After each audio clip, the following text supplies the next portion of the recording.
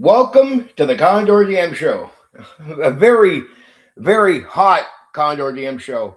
Hot, like it's not very hot. It's gonna be hot. It's gonna get more hot as I do this. Came prepared. Came prepared. Ice, water, casual time, Joe Rogan time here, baby. Sorry, tonight I'm covering old school D&D, every Thursday. The historical reference series, basically AD&D second edition, take on real world areas and basically history, timelines, and how you can play. How you can play in Rome, how you can play in Greece, how you can play around the Vikings. Right? It's going to be fun.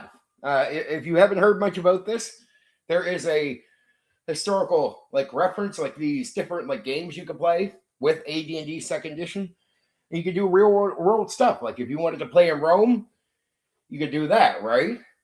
Now you're still playing AD&D, but it's an interesting take. It's an interesting take. We're going to cover that tonight. Not right now, of course, but tonight.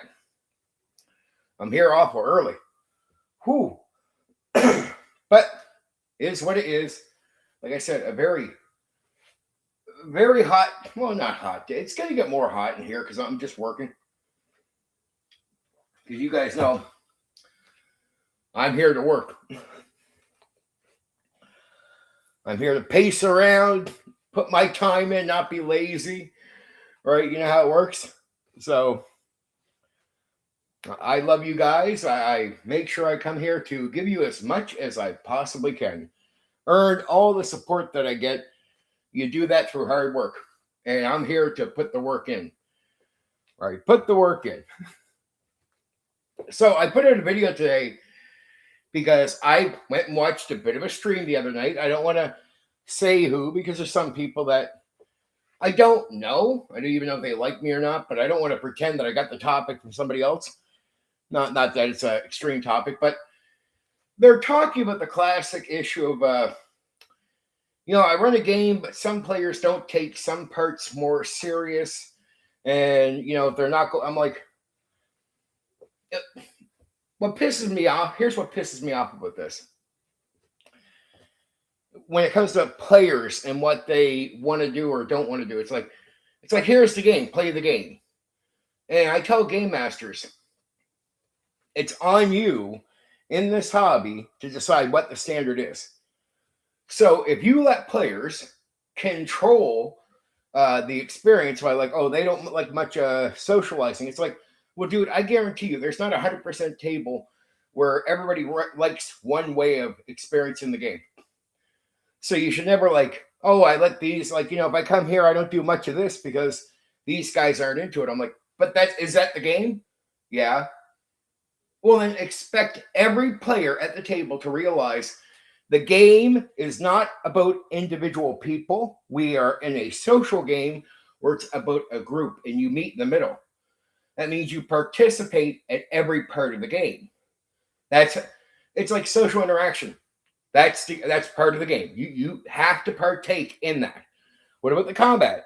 You have to partake in that. You have to take part in it like it matters. Every part of the game is like, I want you to play the game. If you half-ass here, well, then you're not really playing the game. And it's like us game masters decide the standard in the hobby. It's like if you give in to players' bad behavior or the way if you just give into that, that's what you get.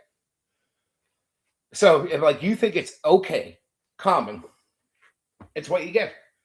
It's what you get. You set a standard and players feel like, well, we're in a group of 5 other players. I'm in a group of 5 other players, but it's all about my selfish ass. But what if they enjoy the social interaction? They can't enjoy it if you're part of the group, but you half-ass in that area. Or what about the combat? I've seen it where 2 players will be having a great time, and it's because they're very selfish. The game master is giving in more into what they want, while 3 players at the table are bored out of their mind, but they have no sway because people that want to do action usually have more influence for some odd reason over game masters. I say this to players: okay, whatever I put in front of you, try. Give me your 110%. If I start noticing players aren't trying, first I'll ask, like, are you shy with it? Can we talk about it? Can we work that out? But if it's just like I'm bored of this part, I'll be like, no, I don't care. I'll give you your warning. Start trying to take part in it. And if I notice you don't take part in it going forward, I'm going to ask you to leave the game. Done. And the more people, and reality, when people tell me they're not interested in part of the game, in my own personal experience, I think you're being lied to. I think if you don't try something, you won't enjoy it. But if I get you into something, social interaction, combat, and I get you into the flow of the game pushing forward, you will just enjoy it. I don't think there's a difference in taste here. It's just if you don't try something, the more you avoid it, the more tedious it feels when you go to do it. Right? It's just avoidance. It's avoidance. And if you really just want to play where your character's running around fighting, well, then you just pigeonhole the entire game into some board game of action. It's like, well, this is more than that, right? And then there's a reason why tabletop role-playing games are what they are. It's a total package. The character development is applied to even how you think when you're in action with your character. There's a reason there's a totality of something happening. It's something unique. If you only want to do social interaction, you're doing drama class. You know what I mean? If you only want to do action, now you're doing a board game pretty much.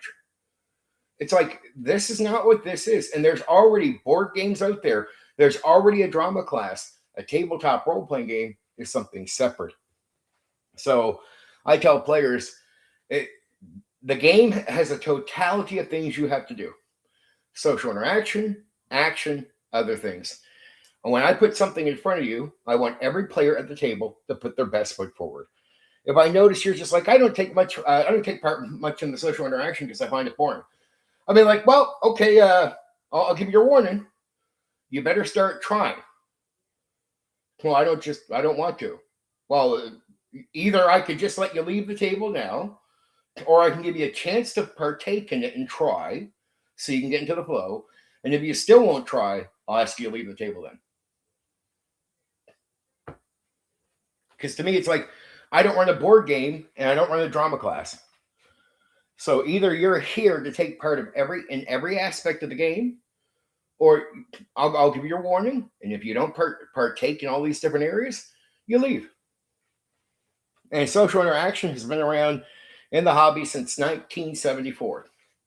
Go back to the first, when I say tabletop role-playing game, the totality of the package system, the first one of a tabletop role-playing game with a group, a game master, and everything else combined is Dungeons and Dragons, 1974. There is no argument about that. Anybody who wants to pick, well, role-playing was, fuck off. That's not what I'm talking about. So let's just get that straight. First package, 1974. Social interaction with factions, with the enemy you got to negotiate. There's merchant reactions, and you got to socialize with the other player characters. Talking in character has been part of the hobby since 1974. Social interaction was initially in the first game. An expectation that you socially interact with factions, the monsters to negotiate your way out, merchants to talk down prices and get deals, and the other player characters. Period. Pretty common. The social interaction is not something new or came later. Nothing like that. It's always been part of the game. So it's like I go like this.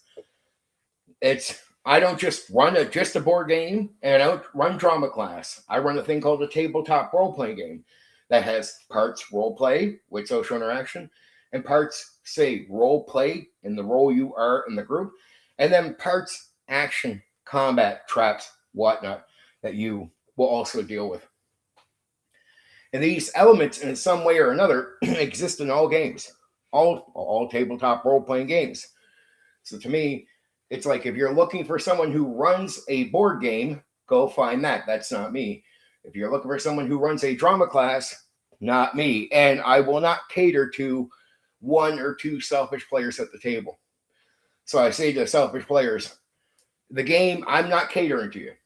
Either you take part in everything and give me your best, or I'll give you a warning. And if you still don't try to take part in these parts because you tell me you're bored, I'll be like, well, you'll be bored off the table. Yeah. So game masters, we set a standard. We say what is acceptable. And if we let players control how the game goes, they just do. And then we got to bow down. We got to go, well, man, I guess the players don't really like taking part in the social interaction. So I guess we got to do mostly action.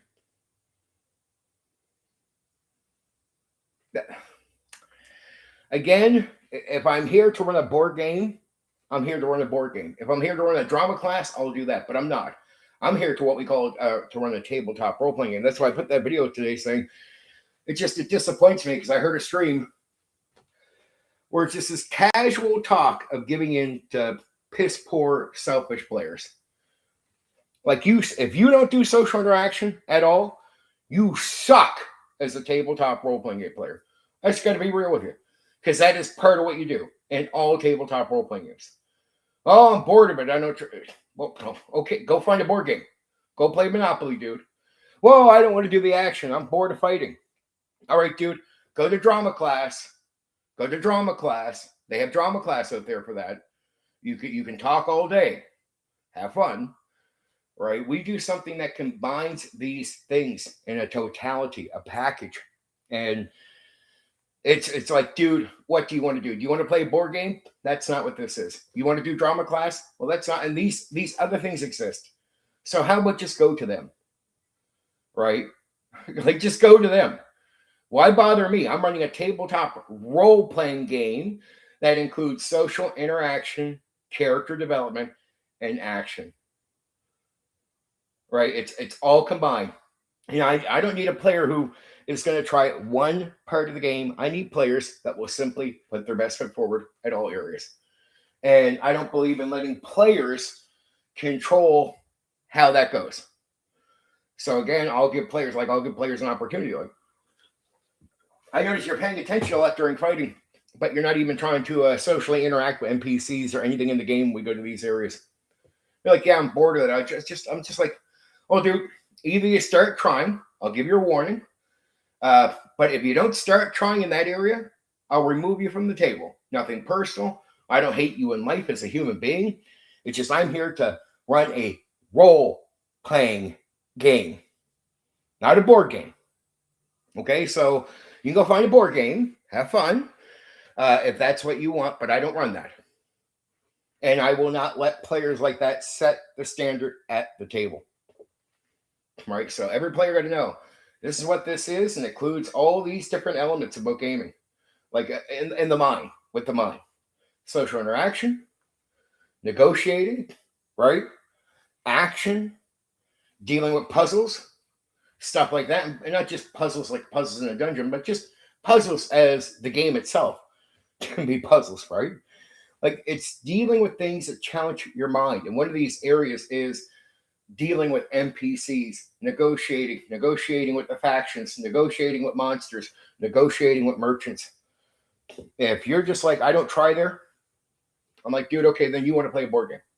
Or even worse, if you're the type that, like, I rather just mostly do talking. I really hate the fighting, the hit, miss. I don't like that either. I like to definitely paint the combat up more than just hit, miss.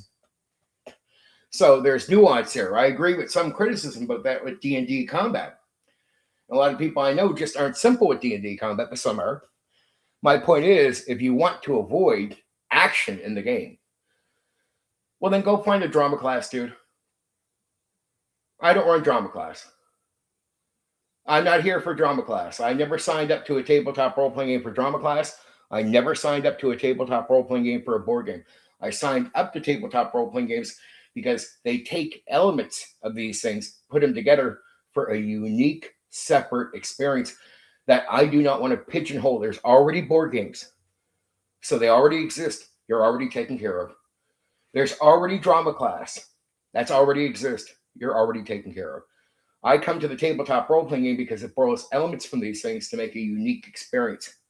And I don't want to pigeonhole that experience into just another board game. Dude, they already exist. Don't need to do that here. And to invest as much time as you do into these a tabletop role playing game, I really want the full experience. I want the mind story. I want you to negotiate. I want you to socially interact. And I want you to put your best foot forward at every part of the game. That's what a player does. Like, I don't care how you feel. Like, I don't feel like doing. Well, did you sign up to a tabletop role playing game? Yes, I did. Well, that's what you do here, dude. Either you do it or you get moving. Either you do it or you fucking get moving. Go play cards. Go play Monopoly if you don't want to do that part of the game.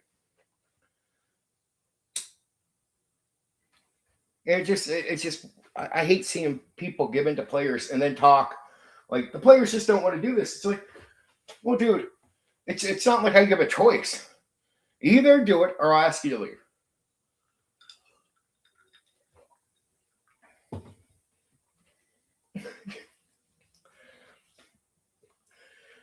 I mean, how many games out there where you can just pick up and it's like you sometimes hit the button you need to hit, or sometimes, or oh, you don't feel like playing that part of the game, man. There's no game out there where players can just like, man, I'm playing Monopoly, but sometimes I don't feel like doing this part of the game. Like, dude, there's no game where you can just somewhat, you play this area that you like and you don't play this area. Like, all games expect you to play all areas with your best foot forward. It's like, well, tabletop role-playing games are not different. And the second you give up in one area, you've taken what is the unique package and you pigeonhole it to something that already exists separate from it. It's like we borrow from gamey board game aspects, dice rolling and whatnot. We borrow that from other games, but these other games already exist. That's, to me, I just don't get it. Why would you pigeonhole a wider experience into this? Or I'll see people that don't want to, I heard recently, don't want to roll dice and they want to do a lot of talking in character and that matters to them. I'm like, dude, go do stage acting. Go do that. Go do drama class. Like, it already exists. You're already catered to with other things. Like, why are we turning a role-playing game into that? Dumb.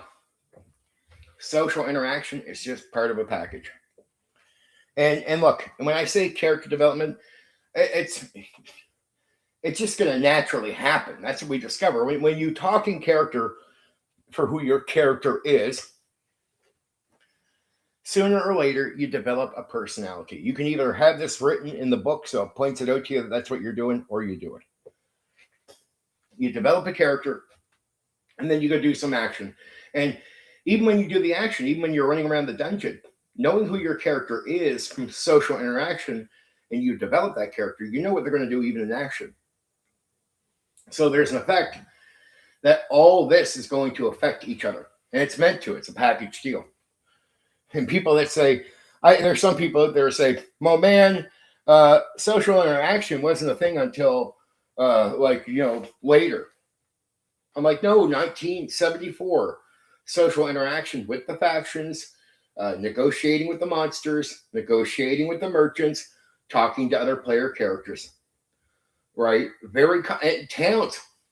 Like, look at the so the elemental evil module I just, pretty much covered. It has NPCs that are unique names and all this in the towns, in the places. I'm like, well, why would they exist? Why would they exist if you're not meant to socially interact with them in D&D? It means you are. It means the game just assumes you are meant to be doing this. Jeez, it's we've known this forever. So when you hear people with agendas out there, like, I don't want to have to talk in character. Well, there's board games, dude. There's board games. You can go play them and you're not going to speak in a character. Cool. Go play them. Go play them. That's not what this is. It's a role-playing game. So since 1974, you're expected to speak in character. Yeah. So that's not. So This is not the board game. You can go play the board game, but this is not the board game, right? Remember, even the miniatures and terrain was all optional at the start. So default gameplay up here. So that's why they call D&D a mind game, right? And it's I look at some players and go, stop. I don't care what you're into. We're not turning a mind game into a mindless game. Which they want to simplify it. Dude, if you want a simple game, there's plenty of simple games out there. You don't got to do much thinking.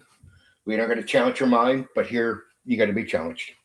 You don't got to do unique voices, but just so important. So important. So when I hear people out there say, I have players like this, I don't run into the issue.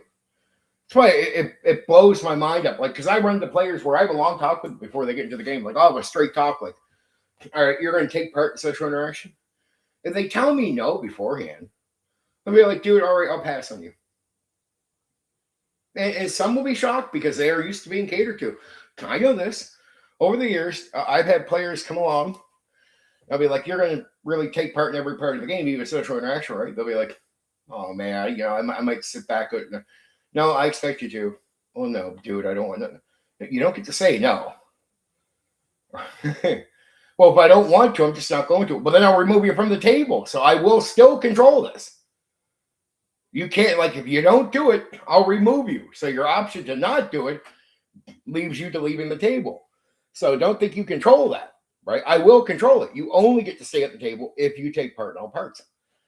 And I'm not hating on people. I don't hate you if you want to game it, have a different experience. But to me, if you tell me you want a different experience than that, I'm like, well, it's like I want a different experience with a tabletop role playing game. Well, what you're really saying is you want to play a board game or you want to do drama class. Because once you take certain elements away, this is what it becomes. So it's just to keep saying what you're doing is a role playing game at a certain point, it's lost its meaning. So what I would say is if you're not doing this stuff over here, you're doing a board game. You're actually, what you're doing wouldn't be classified as a role playing game. Would it be classified?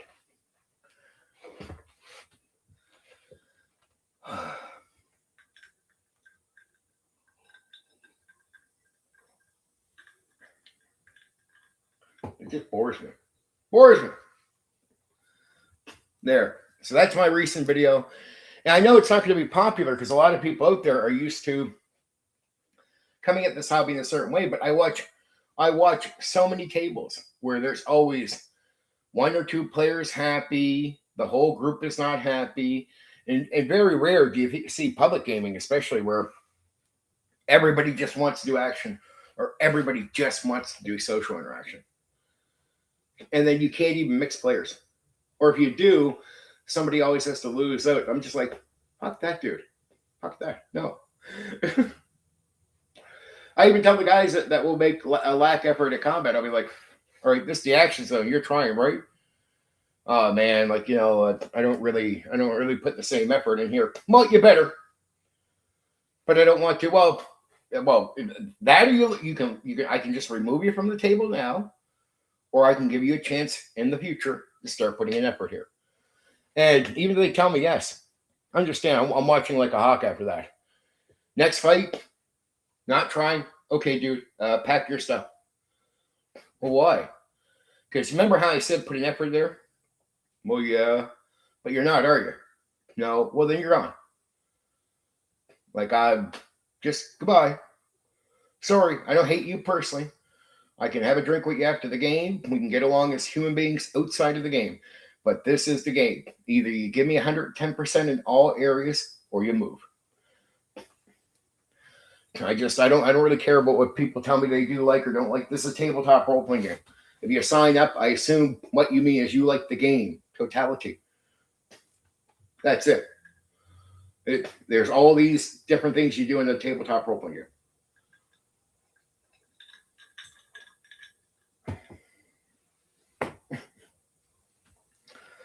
Oh my. Oh my. Oh my.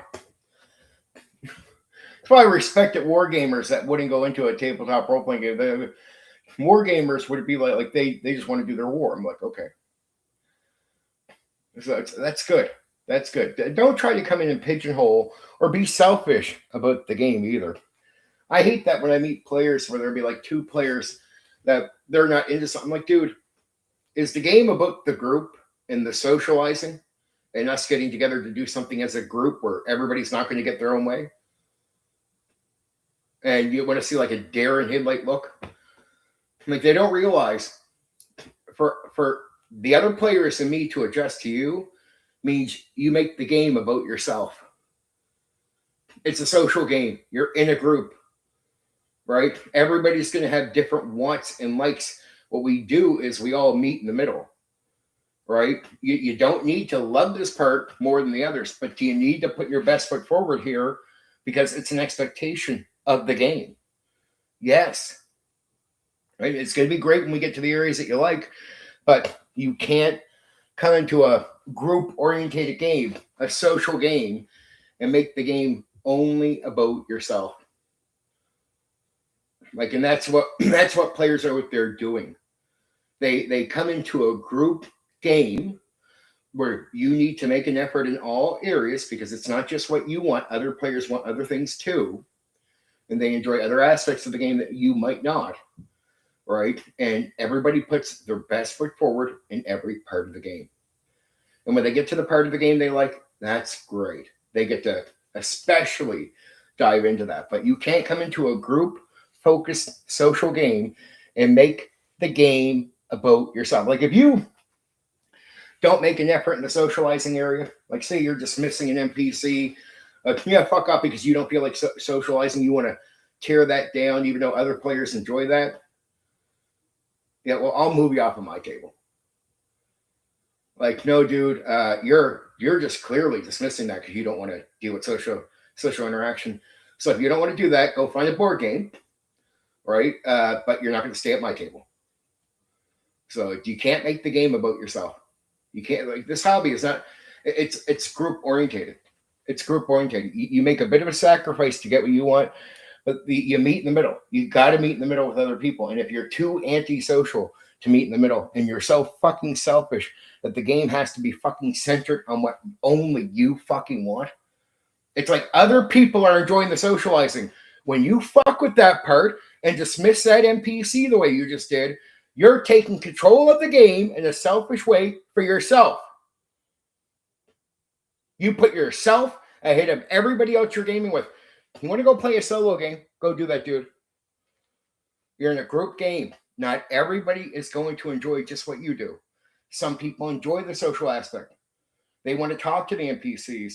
And if you come in and I catch you fucking it, you're off my table. Don't think you'll control it. I'll fucking boot your ass out of my game. I'll give you a warning. Okay. See, you know how you just did that? We're backtracking. Your guy didn't do that. And if you try it again, I'll give you a warning. If I see it again, you're off the table.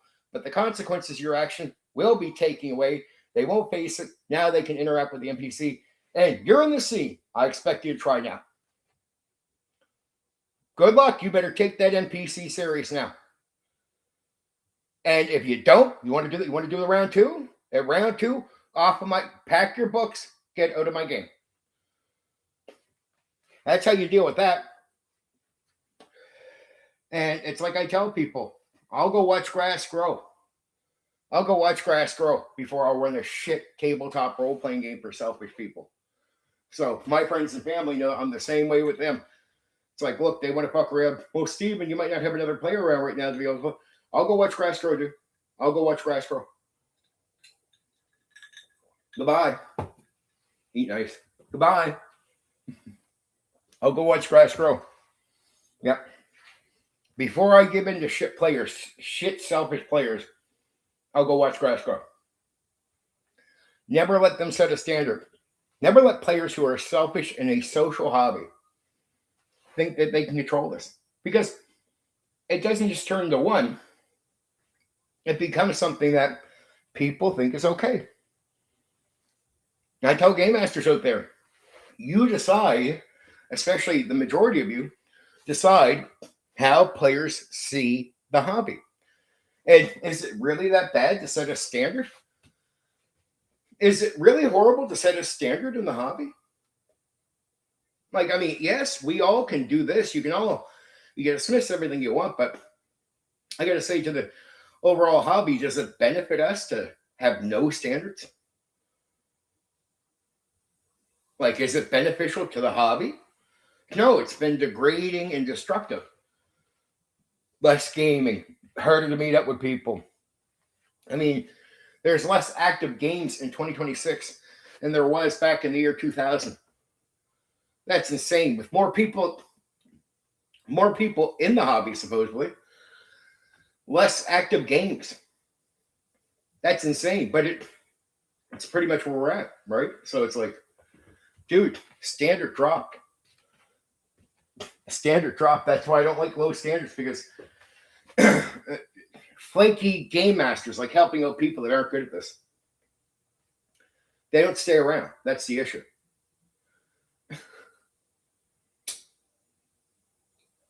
They don't stay around the hobby. They flake out really quickly. So it's like, oh, they're there for a minute, but that's it.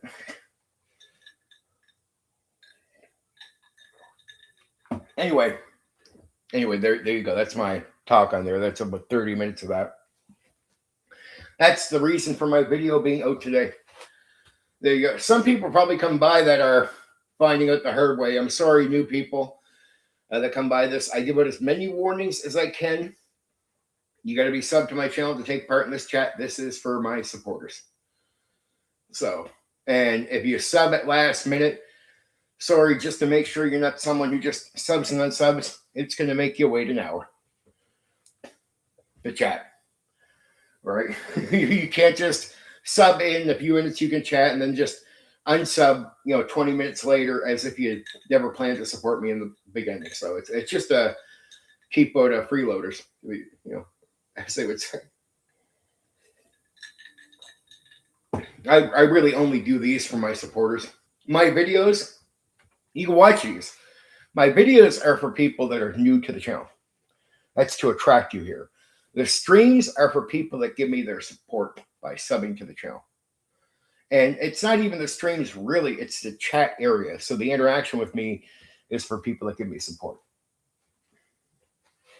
That's it. Sorry, guys, if you're bothered by that, but hey, is what it is. It's going to be a good coverage on this because it has to do with like Rome, Vikings.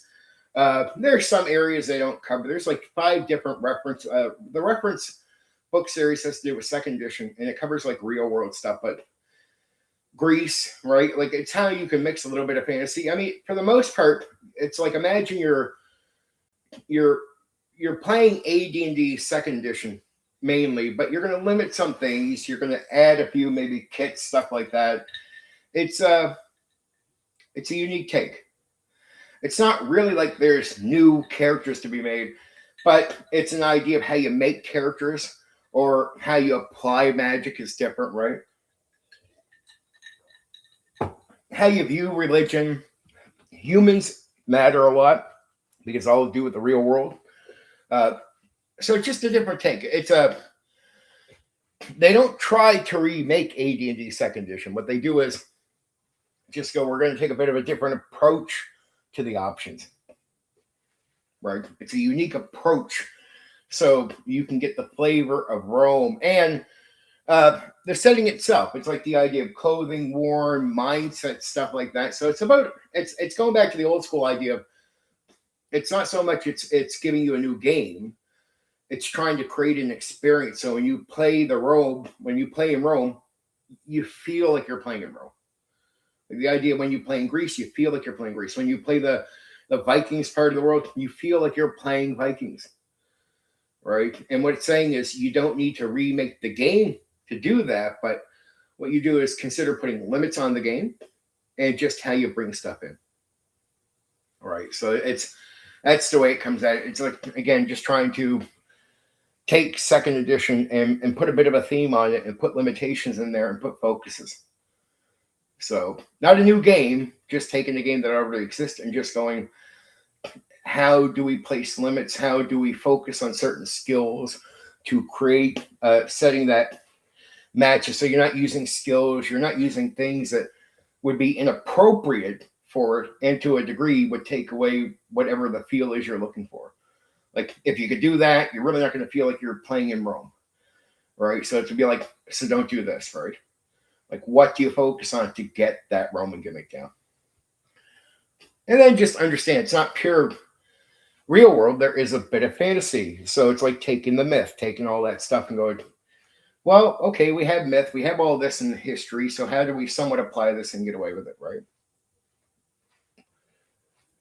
And I'll give you the whole rundown on how to do that, and like the background stuff, what the places are, and then I'll give you some advice on how to run these things and how to go about making characters for each one, right?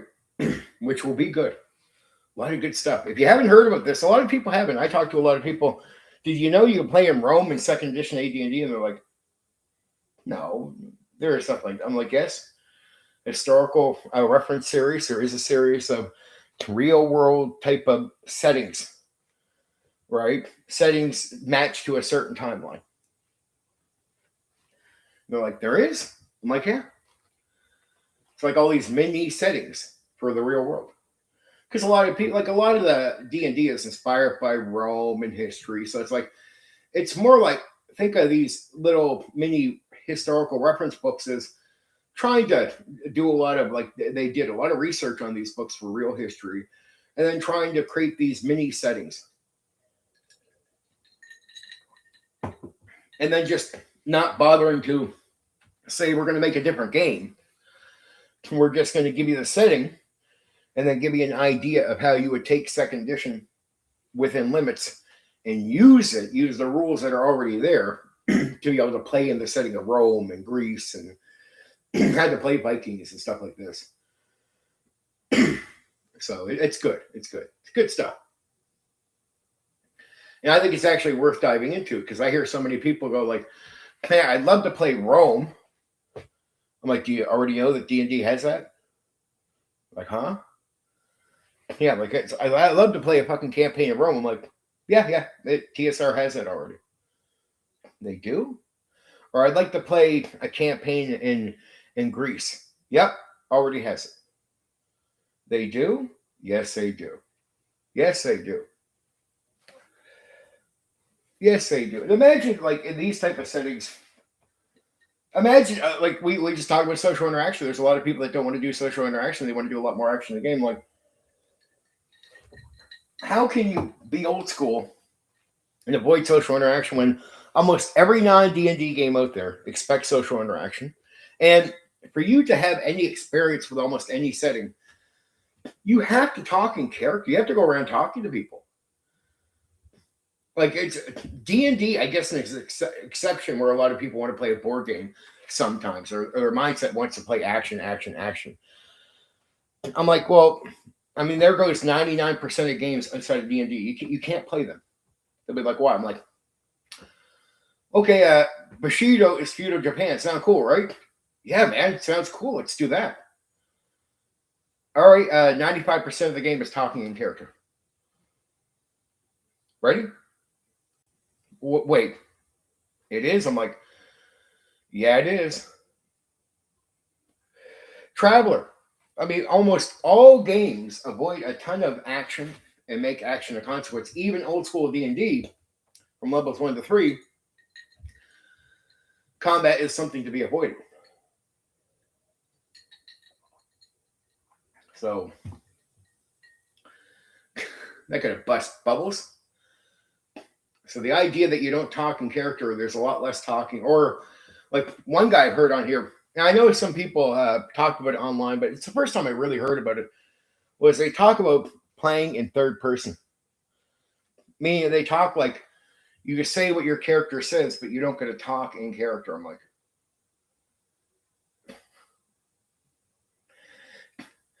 dude, like the first time I heard about that online, man, we play in third person. Like, what do you mean? They're like, We don't talk in character. We just say what our character would say. What? I'm like, yeah, we just say what our character would say. I mean, you're not just speak as your character? No. Dude, is it really that hard?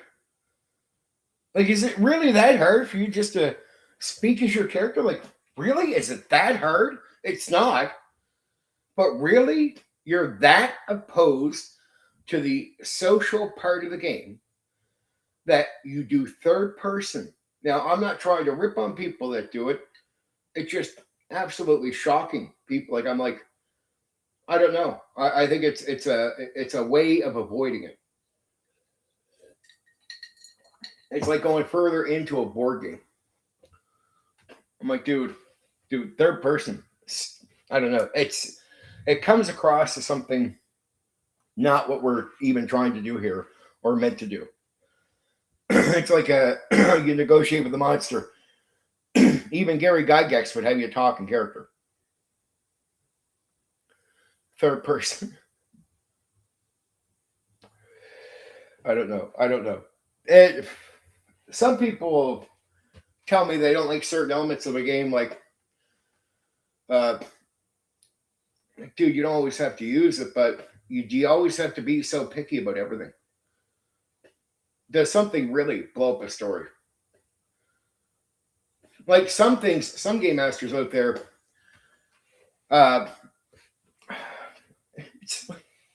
anything that challenges them, they oppose. Skills or fate points. It's like, dude, that's the game actually challenging you as a game master. If you avoid that, you're just avoiding a challenge. You're not. It doesn't actually hurt the game or the story that emerges. And it's nice that some people can do interesting NPCs, but you can't just hang your hat on that for the rest of your fucking life. Jesus Christ. Sorry, Lord.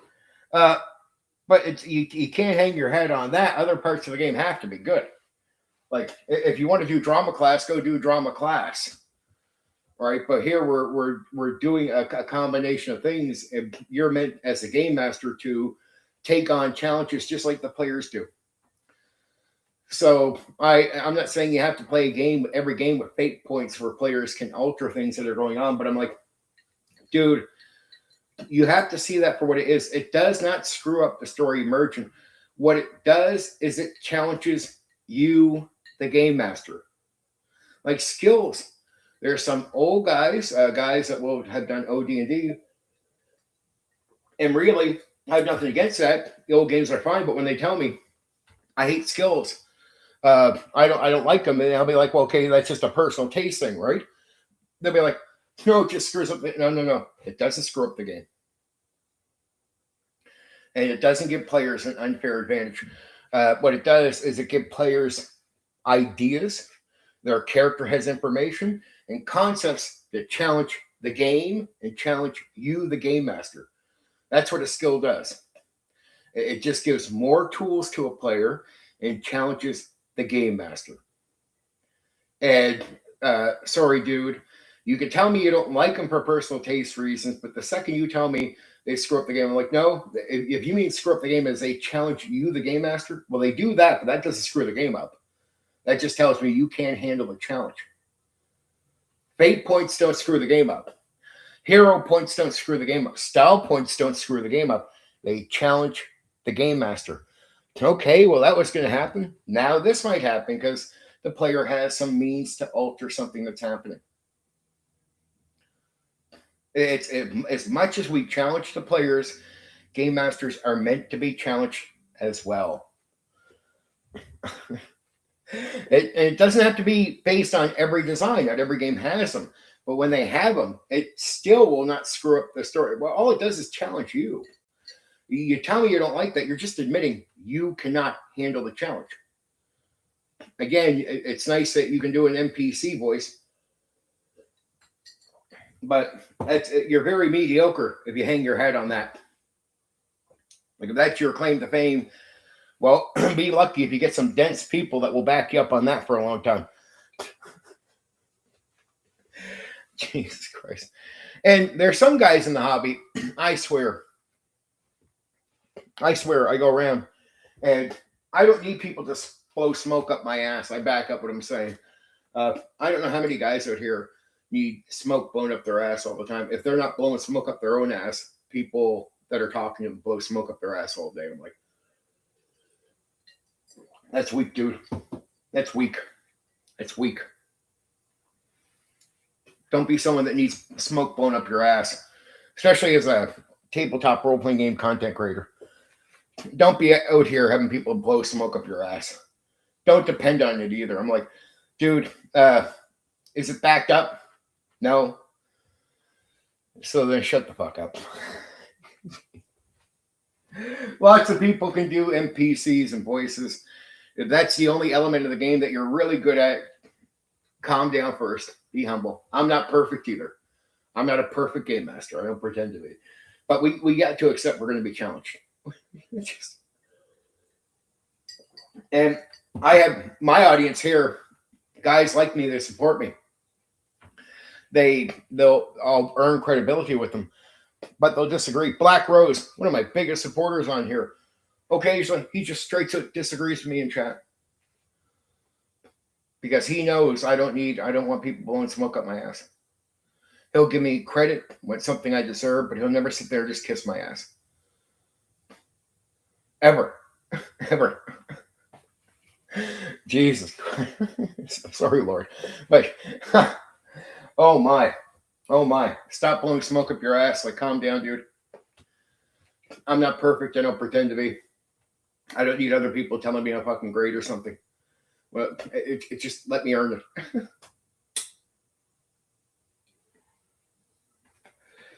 Some people out here that just need it. And what's even worse is when you see people out there with their smoke blowing up their ass as content creators. Just watch how weak they are to criticism or disagreement. I'm like, you're great. Oh, somebody disagreed with you. Woo, panic time. I don't get smoke blowing up my ass. I have my own people here that will straight up disagree with me on things all the time. I don't break into pieces. And that's why when you paint a false picture of me, you really don't know who I am. Like, if you notice that I block people based on lies or insults, not because they're actually disagreeing or debating me. If you paint that as me not handling disagreement or debate, like it's you start believing that lie, right? It's really stupid.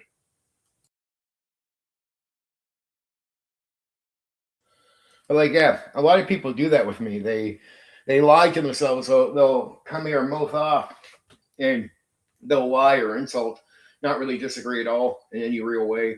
And they'll just say, like, he can't handle disagreement. The worst thing is they run off and they actually believe that. It's like they know they've lied and they know I blocked them for that reason, but they'll actually believe that. And later on, they're like, man, he really can't handle disagreement. They forgot that's not disagreement. I can handle disagreement all day. I'm glad I'm not insecure like some other people on here. Man, that would blow me up. Like having people blow smoke up my ass all the time and then having somebody slightly disagree with me and me breaking into pieces. I'm glad I'm not that person. Sorry, it's warm. It's warm.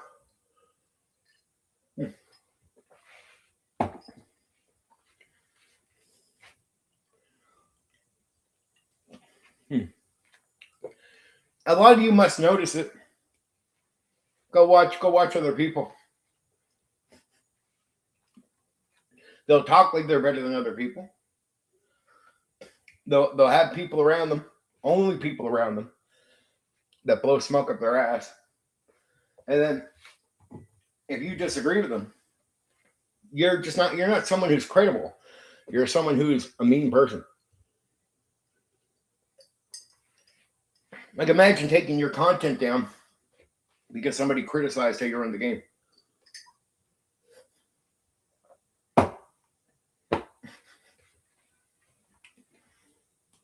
Like, imagine that.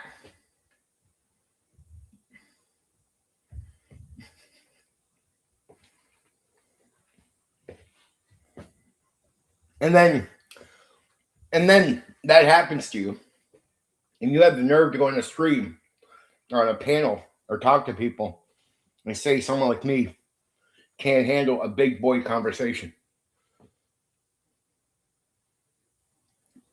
Well, Condor can't handle fucking around. Well, dude, you can't handle the tiniest bit of criticism coming at you, and you want to go on streams and tell people I can't handle some big boy conversations. Obviously, I handle them all the time. I have tons of heat come my way. I get on here, I talk, and I take it all the time. I take shit all the time from people. No problem, like breathing air. You say I can't, and then somebody gives you some slight criticism, and fucking you blow the fuck up and take down content.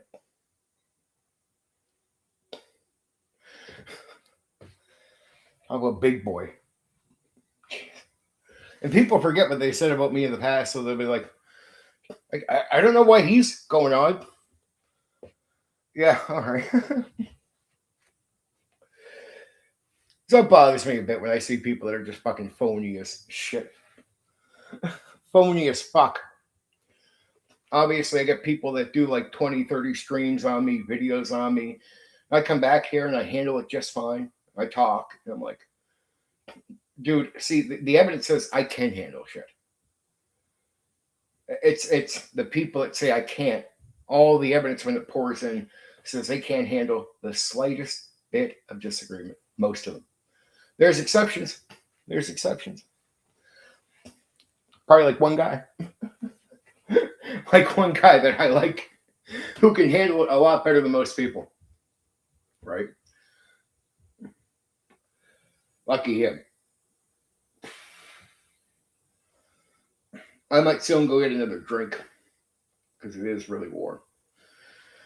Just warning, so I knew I'd be starting this early, probably about like another hour or so, and I'll start on the historical reference series, and we'll go.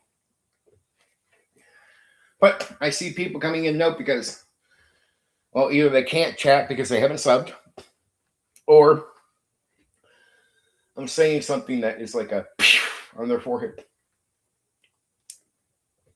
It happens.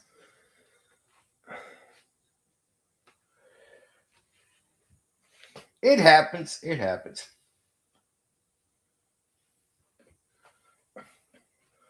Though, I do hope some people come by and want to ask some questions. That'd be nice.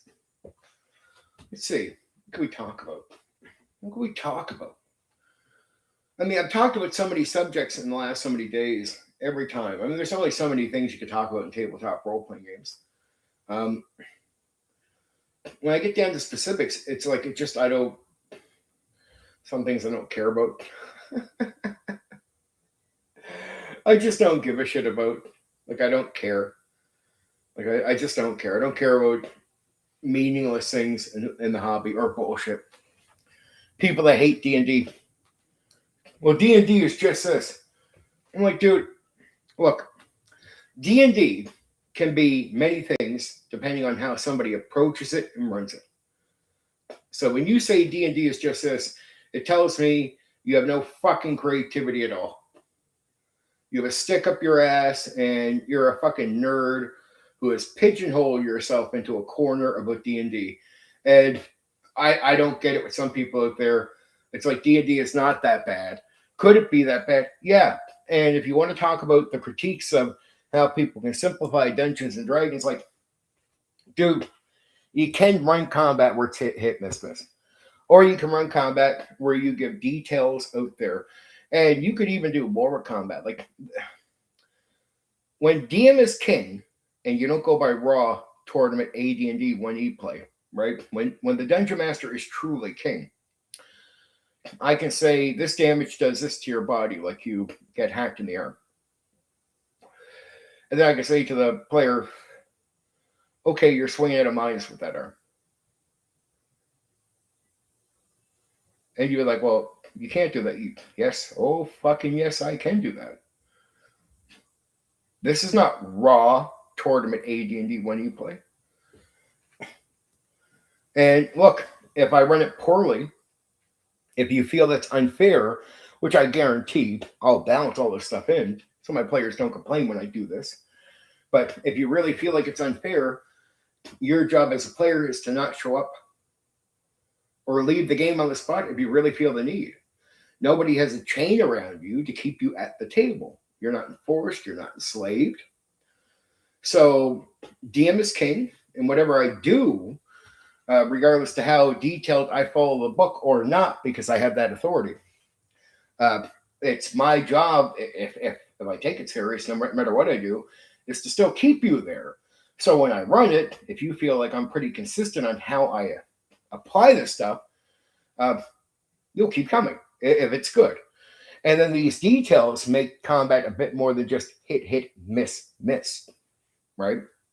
And that's how it works. Now, some people out there, when I mention stuff you could do with the game, they'll be like, no, you can't do that. And I'm like, well, it just means what you're admitting to it is it's you that can't do it.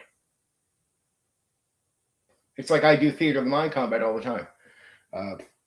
They'll say, you can't really do theater of the mind combat. I'm like, no, dude, you can. You can. That's what guys don't even know what they're saying. They're giving themselves away without realizing it. It's like, dude, it's not that people can't. You just have an ego, and you think because of your limitations, you're applying that to everyone else. That's egotistic. I'm saying everybody possibly can. Doesn't mean they can. But instead of saying people can't, instead of like looking at my own limitations and assuming that onto everyone, which would be fucking hugely egotistic to assume any limitation I have, you have to have as well. It's not me who would counter or oppose what you're saying that's an asshole. It's you for being so fucking egotistic that you lay your limitations at the feet of everybody else that runs the game. Well, you can't do this. No, dude, you can. You can. So once you realize it's you can. That's it. And don't think because you can't, other people can't either. Just that's a giant, massive, blown up hit ego. And for you not to realize that, because some people out there, they think they're humble when they put these limitations on other people. I'm just like, no, you're not. You have a giant hit on this, a massive.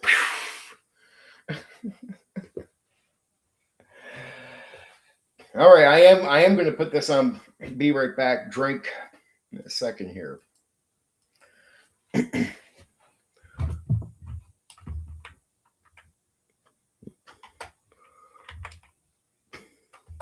Okay. Sorry. All right. Be right back. Drink. Be right back. Drink.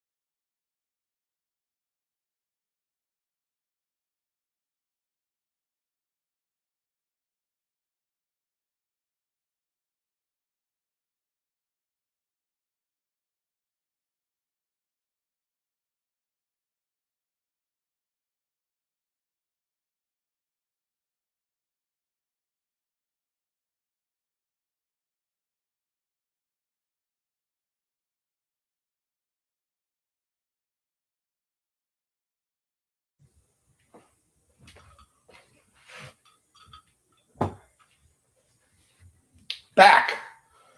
Had to get that drink. Had to do that thing. A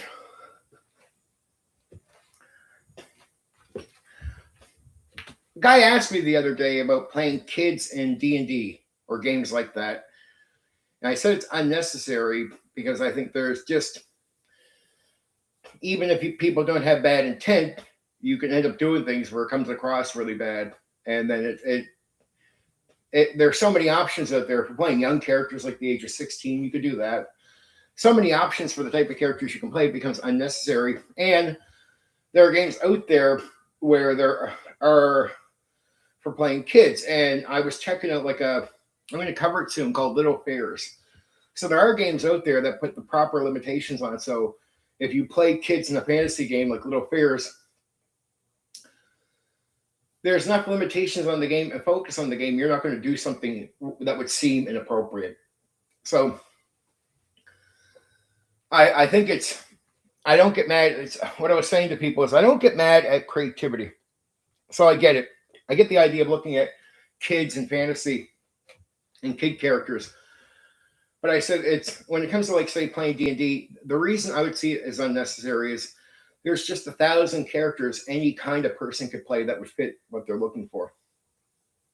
That the idea that you have to play a kid in D&D, it's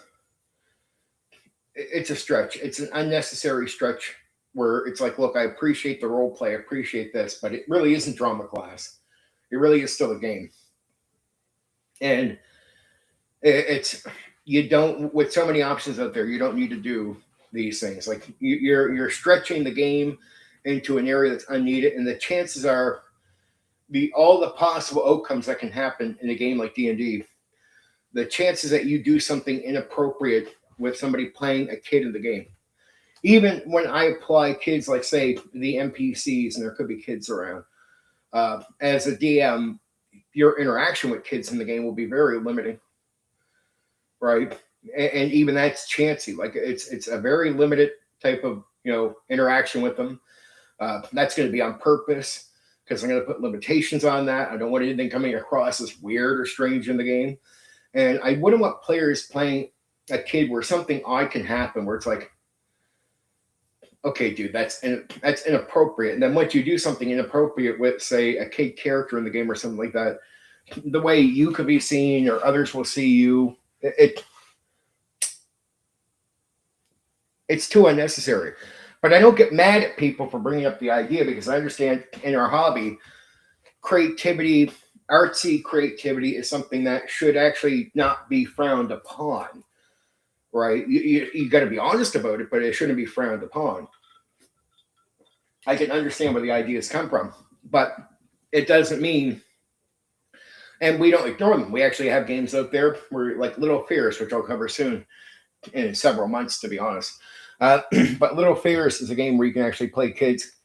And even though it's like the boogeyman game where you get like the monsters in the closet and stuff like that, but it has the proper limitations on it. So the chances of you doing something inappropriate with a kid in the game, it's just not there. And that's a proper way to approach it, right? Right. So it's unnecessary doing it with D&D.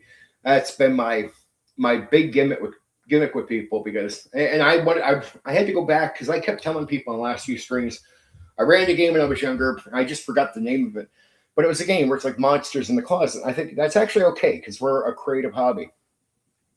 It's like people that will frown. I'm going to run I'm going to do a stream on bunnies and burrows. And I'll hear people try to make fun of something like that, but I'm like, dude, please take your simple mind and go play checkers. Right? This is a creative, hobbyist chess hobby for advanced minds. Not simple-minded, fart in the brain, mediocre people. If you have a simple mind, go play checkers, please fuck off. Right? Bunnies and burrows is about playing animals with human-like intelligence. If your creative mind can't see how that can be cool, if you can't understand how people come to that and go, that's an interesting thing, because I see guys out there act like, oh, well, that's really dumb. I'm like, no, what you're giving away is the fact that you're really dumb. A creative, intelligent mind will understand how that can work. It's the fucking simple fucking minded people in this hobby that they're too stupid to know they're stupid. I hate to say it. Hey, I'm trying not to be hateful here, but it's like sometimes people out there, they're not that bright and they don't know they're not that bright. Like they just don't know it. They're not bright. They're not bright enough to know that they're not that bright, right? So when I get creative ideas that come to me, I don't frown at them because I hear a lot of people that will be out there frowning at stuff. Like, dude, First off, don't assume negative things when people come to you with creative ideas, right? You just got to understand what hobby you're in. Creativity is not something you push back against because that's what you want, really. And people with creativity, when they come to you, they're the people you really don't want to push into a corner or make them want to run into the hobby. Like, act as if the hobby is a game, the checkers game. Because here you are, a creative comes to you who's ready to play chess, has the mind for chess. You're like, no, fuck off, that's stupid. All we do is play checkers here. We're a bunch of simple-minded fucking dumb fucks. Well, that's not good for the hobby. You should never let simple-minded people run the hobby. It's like, get the fuck out of here. No, it's the simple-minded people that should go sit in the corner and figure this out. Right. A little bit more creativity helps. So that was one question. PvP, I hear this all the time. Player versus player, character versus character. And I've talked about it many times. And it's there's nothing wrong with it. I think it's actually pretty decent for the game. But it's just who you give that to and how far they take it. It's like, okay, what's the point of doing anything? Like, you're playing a group-oriented game.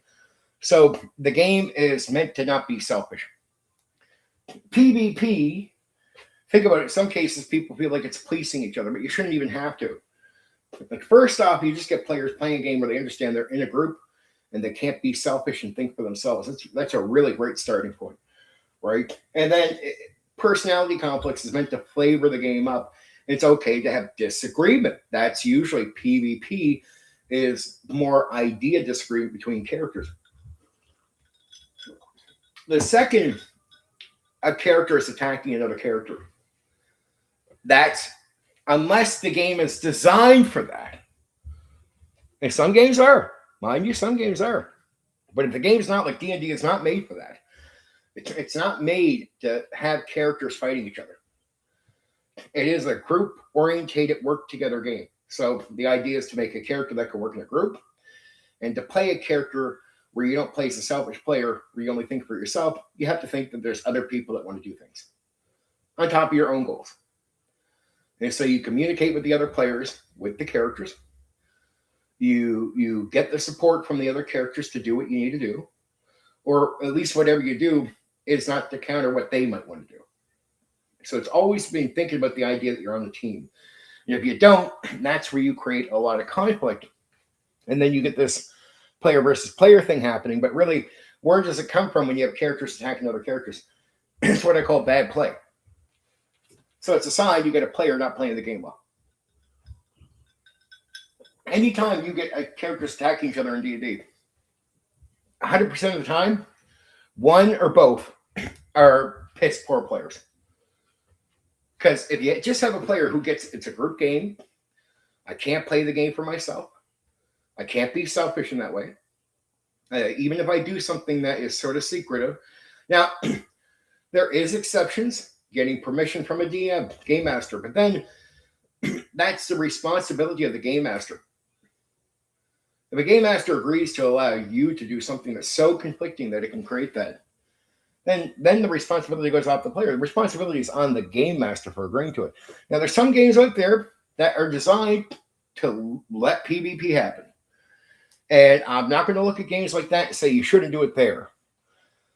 So whenever you have opinions in this hobby, it's really weird. Because there's so many games out there that do so many different things that you can say you don't like PvP, but what does that even mean?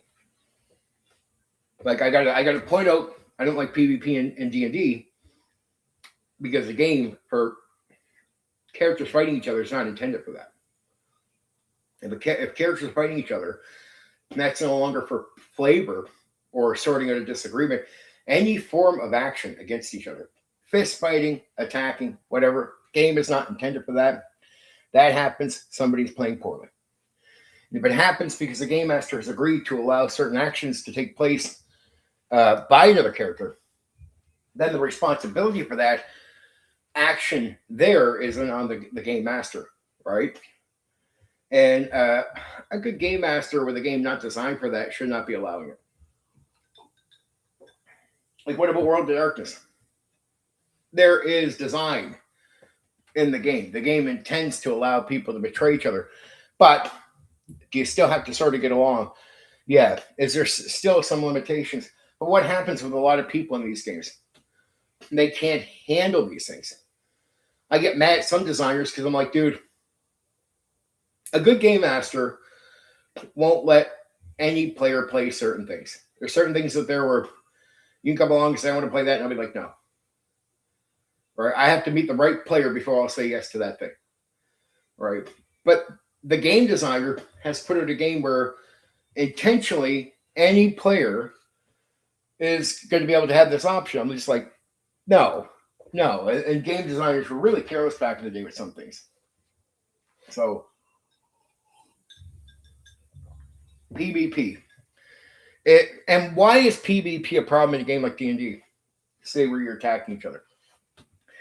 Because if PvP is meant to be part of the design, it shouldn't cause real world conflict. See, that's the problem with like freely letting PvP happen in your game. You shouldn't even gamble with it in D&D. Shouldn't be a thing because it can create conflict between people in real life.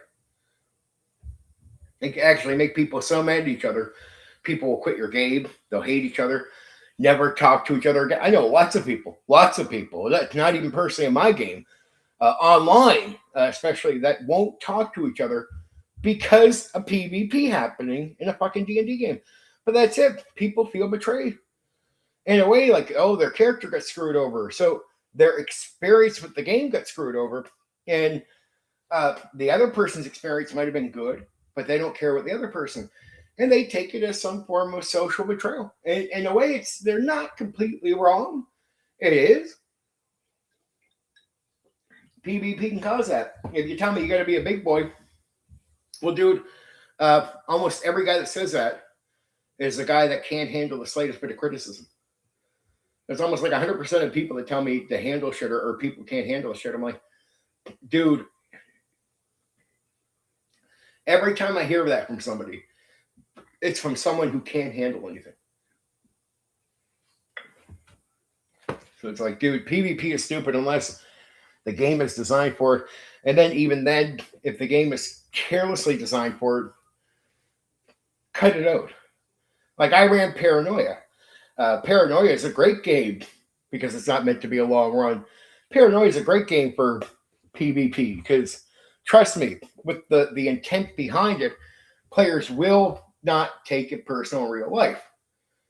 Like they go into that game knowing it's going to be a fucking screw bag thing. Like nobody takes that, but it's like you come out, you actually joke about it with the other person, no matter how vicious the PvP was. Like it's something where people they do it right. The mentality left behind is not conflict between people. So that's right. So PvP should always be managed down to this. But even then, I just look at players and go like, PvP in my game is not fighting. And don't be careless. I have a talk with people. Don't play this game like it's a solo game. And I hate selfish players. You're in a group, play like a group. Be considerate of the other characters. And if you're not, the heat will come on you. Right? But if I know you're not playing, if you're only playing to your own self, I'll give you a warning. You won't have to worry about getting into the point where you fuck other people over. I'm like, dude, all right, you're playing the game by yourself, dude. You're not considering anybody else. You got to stop doing that. If they continue, off my table. That's it. You're in a group game. So again, this is where I tell game masters over the years, your job is always to manage your table. And look, if things blow up, sometimes it really is on you. Because you have the authority, unlike the other players. No player has the authority at my table to tell the other player how to do something. And if any player ever tried to step in and say, this is how it's, be like, you want to try that again? Yeah, get the fuck off of my table. I have the authority here. You don't. Now you're gone. Try to ever take my authority. I'll kick you. Oh, that be the exception. You probably wouldn't even get a warning. And I tell players afterwards, like, look, I wouldn't kick you out for nothing. I give you warnings. That's an exception. You fucking step the line and try to play authority on me or on another player when that's mine. You're gone. I'll fucking kick you in the spot. And that includes friends and family, right? Like, I don't give a fuck. The job to manage the table is mine. But I also take the heat, though. It's not just that I have the authority. If something fucks up, I take the heat from people. That's my responsibility. Then you shit on me. You say, yeah, we get into a big fucking fling, but I mean, you got to look at the game master and say, why'd you let that happen?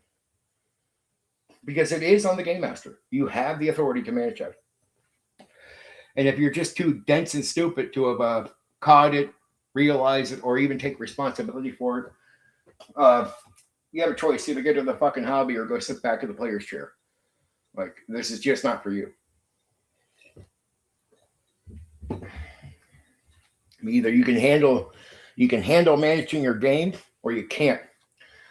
And when you can't handle it because you have authority and other players assume you do, other players can take abuse from other players when you're not handling that stuff.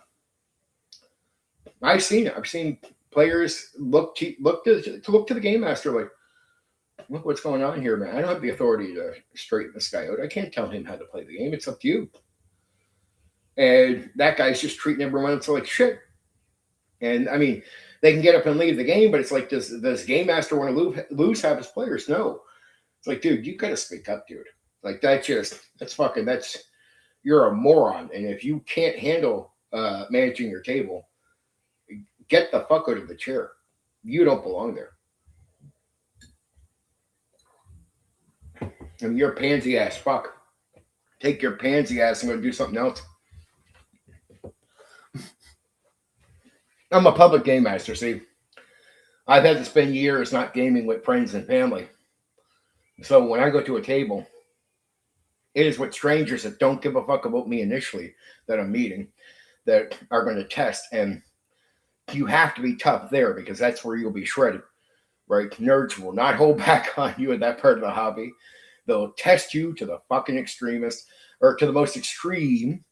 And you got to really be able to push back. And if you can't handle that, like it's like a lot of guys that are on here talk about playing with their friends and family. I'm like, it's like, dude, that's easy. That's easy. If I took you out to where 90% of players are in the hobby, they crown you. They crown you. That's why you have to know how to handle it. That's PvP bad. So PvP should be managed to the extreme. Don't be careless with it. Even the Bro OSR guys, I remember them talking about there's this movement, a group called the Bro OSR, mostly on X, and they talk about allowing PvP. And then, after they talk about it, they go fucking bro, PvP, and then you see a bunch of guys arguing after getting into big fights and hating each other over PvP. I'm like, yeah, I've seen that coming. I remember hearing them talk about it, and I made a video right away. I said, well, I warned them. I said, watch, you're going to see guys blowing up on each other and hating each other over this open PvP stance they're taking. And within a few months of them all bragging about it, guys were fucking arguing, hating each other, blowing the fuck up. And I'm like, yep, I warned you. I warned you about that. I warned you. It will happen more times than not because people have egos. See, you got to realize this. No matter how cool something seems, it has to be managed. So that's PvP. So kids, PvP. Let's see what else.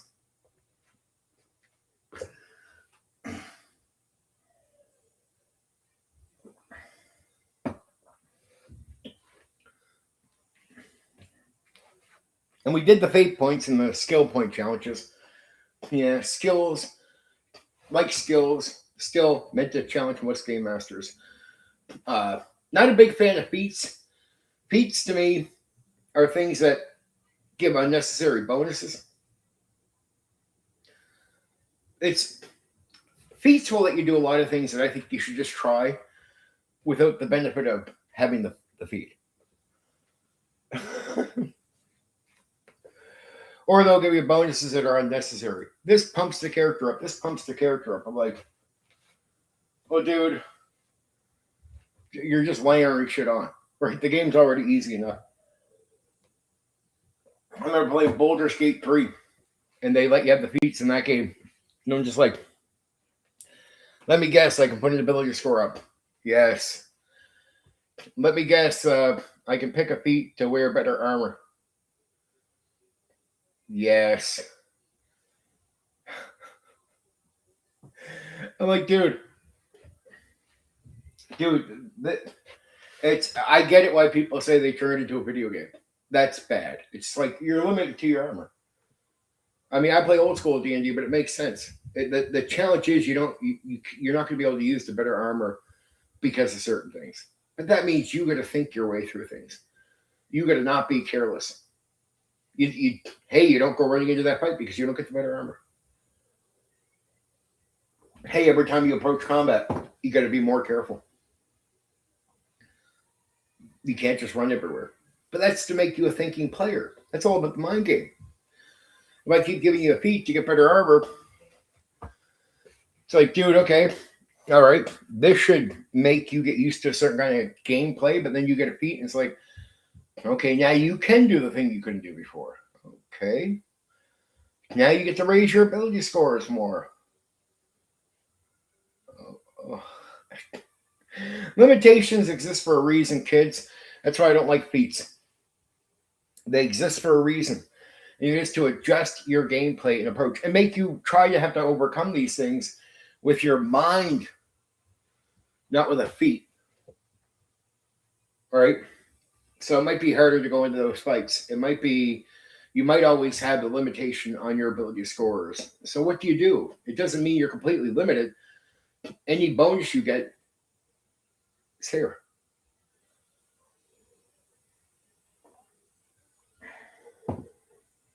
That's why it feels like a mind game. Or, I mean, like a video game with the feats. I'm like, they're stupid. They introduced them as second edition at the end as flat books. I looked at them right away and just said, yeah, I'll never fucking touch these. Fucking garbage. I said that without attacking anybody. I never had an issue. There was no third edition at the time. Feats were introduced in splat books for second edition AD&D. I just looked at them right away and said, yeah, we're not playing a video game. I don't care about these things. I even said that right away. I said that before third edition even existed. So I've had this opinion forever. I seen the feats and I knew what it was. I said, this just diminishes what these games are about. We have limitations, and the limitations exist for a reason. And even the few bonuses you get leveling up, they're very limited. They are aimed at benefiting your character in a certain area, and that's it. You keep most limitations because really how you overcome your limitations is here. Right? So I don't like feats for that reason. So when I seen them in the second edition books and splat books, I just knew right away. I said, this defeats the purpose of the game. Limitations has always existed in every game because it's here. It's here. I don't mind a game designed for style points or fate points or whatever to have benefits. But you don't get to raise your ability scores with them. And most of the time you get to earn them. So like getting style points or something, it's you actually got to do good gameplay to get points given to you by Game Master. So it's an incentive to do something that's actually good for the game overall. So then when you get them, there's no harm in that, and they're not like permanent changes. So they're good feats. It can be like permanently you get to wear better armor. It's like, well, dude, you're limited on this armor because I want you to have to overcome these things with this. Your ability scores are where they are, but there's ways of raising them, but not ways of getting a feat and just automatically raising them. You got to do it in game through challenging, training, making effort, and maybe you had to go risk your life to get some wish thing somewhere. Fair enough, right? That can happen, but there's still an earn it. There's still a breaking point. When you just get a feat leveling up, it's like here you got a new level, you can pick a feat, you can take one that raises your ability score. What? It's like, dude, that's a video game. It's not a mind game. Limitations exist for a reason. And you can overcome them, but you overcome them up here, right? And if you don't need to work this, if you always have ways to overcome your limitations in the game, then use this less and less and less. And that's where player skill goes out, and then character skill becomes a thing. And what's character skill? It means you got to think less as a player. I mean, honestly, Baldur's Gate 3 is better than playing 3rd edition, 4th edition, or 5th edition. Because initially, the games are made to be a video game. And guess what? When you play the video game, like I played Baldur's Gate 3. Now, I don't like Wizards of the Coast D&D. But I said, well, that's not bad. For a video game, and that's the gameplay. It makes sense. When you're playing Baldur's Gate 3, you're like, okay, if the criticism that WotC D&D was like a video game, if you think the criticism doesn't stand, go play Baldur's Gate 3. You'll be like, shit, their system really is made for a video game. Like it really is. You're playing a video and you're like literally to yourself going, we've been saying it for years. And then you play a video game, you're like, yep, it's exactly what you thought it would be. So that's why I personally had no issue with Baldur's Gate 3. I actually enjoyed a bit of it. Now, some of the stuff I don't like, but I actually enjoyed a bit of it. But if you said, Steven, would that mean you'd want to play D&D 3? Well, no, I don't like 3E because it's like a video game. 4E is like a video game. 5E is like a video game. Now, when you actually apply it into a video game, well, then right away it's hard to make video games out of TSR D&D, and some of them are very grindy. Go back and play them. Some people enjoy them, but they're very grindy. It's very picky and can be very challenging because really they're not initially made for it. And the only way to play even video games back then of TSR stuff is to go by module and raw. Remember, DM is king, so the only time you find a raw approach is with the tournament play. So you have to take tournament play with modules just to make something in the vein of a game for TSR D&D. And if you take the AD&D at 1E at home game, you can't really do a video game with that. Can't do it with 2nd edition. Can't really do it with BECME. Can't do it with OD&D. Because they're not really video games. So, yeah, not a big fan of feats because I do find feats in many of the elements like that just junk the entire game. I like kits for 2nd edition only because I find kits are very helpful for helping many players start to actually role play. It's almost like a good starting point. It's like, you start a fighter. Well, some people have a hard time taking the initiative on knowing who their character is going to be. So you want them to role play and develop a character. Well, kits I find very helpful. Like it's easier to understand the type of personalities that might exist if you're playing the knight or the whatever type of kit. It's easier to sort of cut down the type of personality you might start applying to that person. And you have goals and you have other things. In a way, a kit is something that you should sort of develop into your backstory a bit, like something like that to help you actually role play. And backstory should be more to that instead of like, I want to create this crazy backstory for my character. I'm like, why don't you simply make a backstory that helps you initially aim your role play with the character? And a lot of people don't do that with their backstories. They make them elaborate and they do this and that. I'm like, is that effective for the game or is it just, what is that, right? So I find kits are very helpful for that reason. And there's some light benefits to a kit, but I still like it. It gives direction. So when kits came along in 2nd edition, it was the one thing I said to myself, man, these should have been around for a long time. Like kits make sense. Kits are things that you could almost, like, I even look at settings. I said after kits came out, I said every setting that follows should have a set of kits that, and it did with the historical reference stuff. They mentioned kits with this, right? But I said any setting that wants to take the system and get certain types of characters out of it should come with kits. Kits were so effective. I said, what a late stage should be bringing them into the game. And I said, if there is a new edition coming out from TSR at the time, I didn't know Watsy was taking over. I said, kits have to become like a sort of a permanent thing with the game. And it's one area when I mention kits that everyone who's encountered kits agrees with me. Brought Coke, chocolate, and a baby. Historical reference series. Rome, Greece, the Vikings. Pretty much mini settings based on certain timelines where you use second edition. With limitations, of course, kits. It gives you, I'll give you advice on how to run it, how to make characters for it. But it's basically the setting. So if you want to play like Rome, and then you got to look at like Greece and Rome and the myth around it.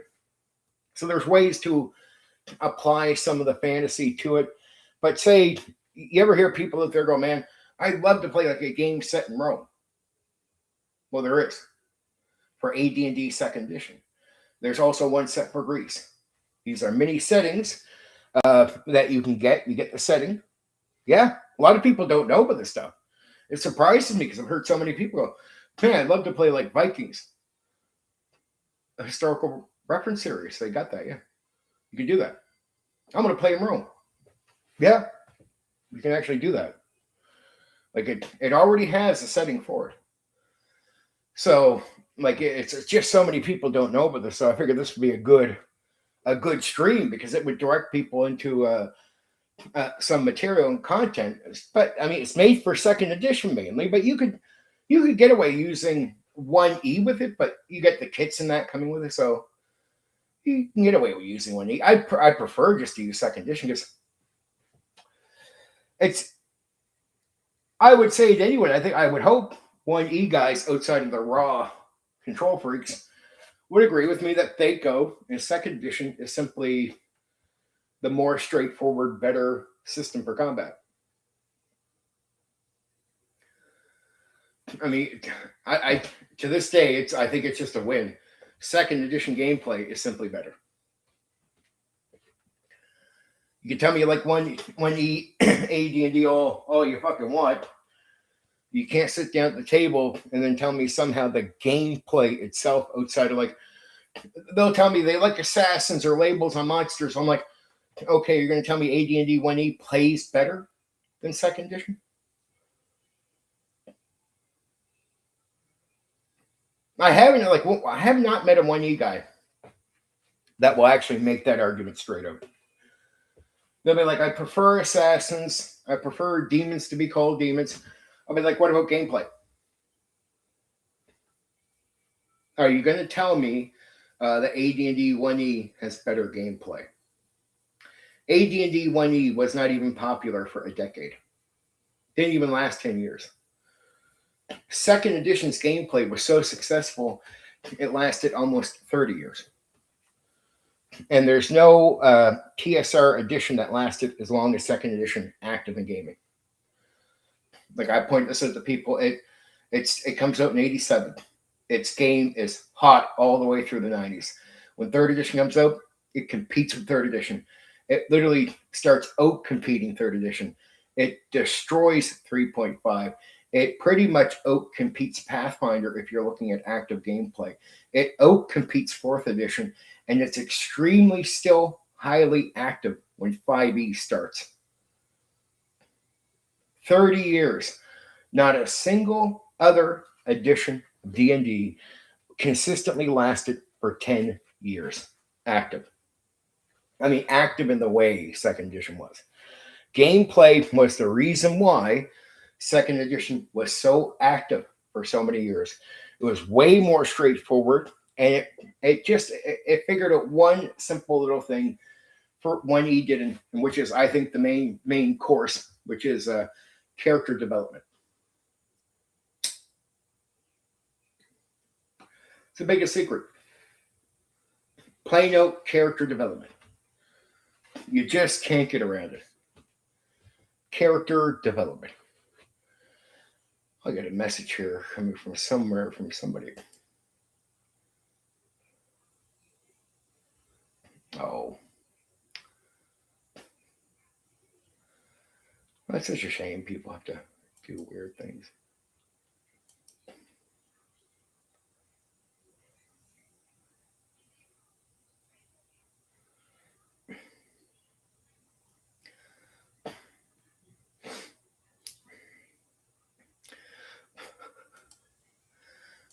I guess, no, I'll say, hey, Puffin Forest maybe in 5 years ago. I know who Puffin Forest is. So, well, I guess they're trying to do drama with me. One of the old school guys is going to do a stream on me tomorrow night. Oh, no. Jeez. That's new. It's like, dude, I've never had somebody do a stream on me ever before.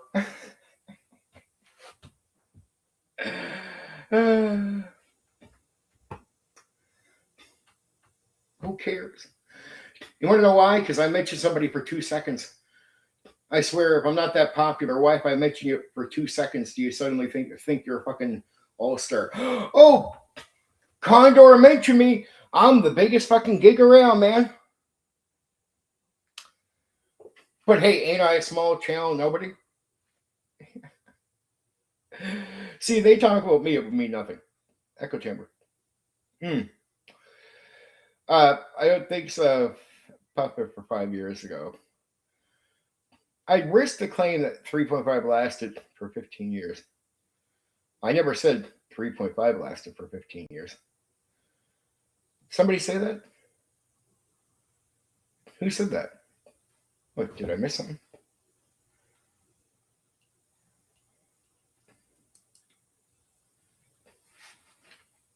Somebody say that, Black Rose? I missed that one. Is that what Nalty's saying? 4 Easton's Puffin Forest. Well, Matt Colville talked about liking 4E quite a bit, even after 5E came out. And he actually tried to run a small campaign of 4E while 5E was still hot. Yeah. So Matt Colville was a bit on it. Lasted 15 years. 3.5 did the last 15 years, geez, though. 3.5 lasted about, I would say before Pathfinder. I think it was like really hot for a second for like 3 to 4 years. Now, second edition lasted for 30 years, which is all I mentioned. I've not mentioned all any other edition that lasted as long. Third edition didn't go a full 10 years before 3.5. 3.5 didn't last that long. Pathfinder came out as sort of a version of 3.5, right? Pretty much with host rules, 3.5 with host rules. That's what people call Pathfinder. And that didn't last that long. That was hot for a minute on sales, and then the live game just died out because guess what happened? Pathfinder got defeated in the live gaming by second edition. So it's like third edition came out, second ed pretty much outcompeted it. 3.5 came, they tried to push 3.5. Second edition live gaming outperformed it, right? At cons, online, in person. Pathfinder came out, second edition AD&D outperformed. More live games, online, at conventions, in person. Then you get to 4E. 4E doesn't even have a chance.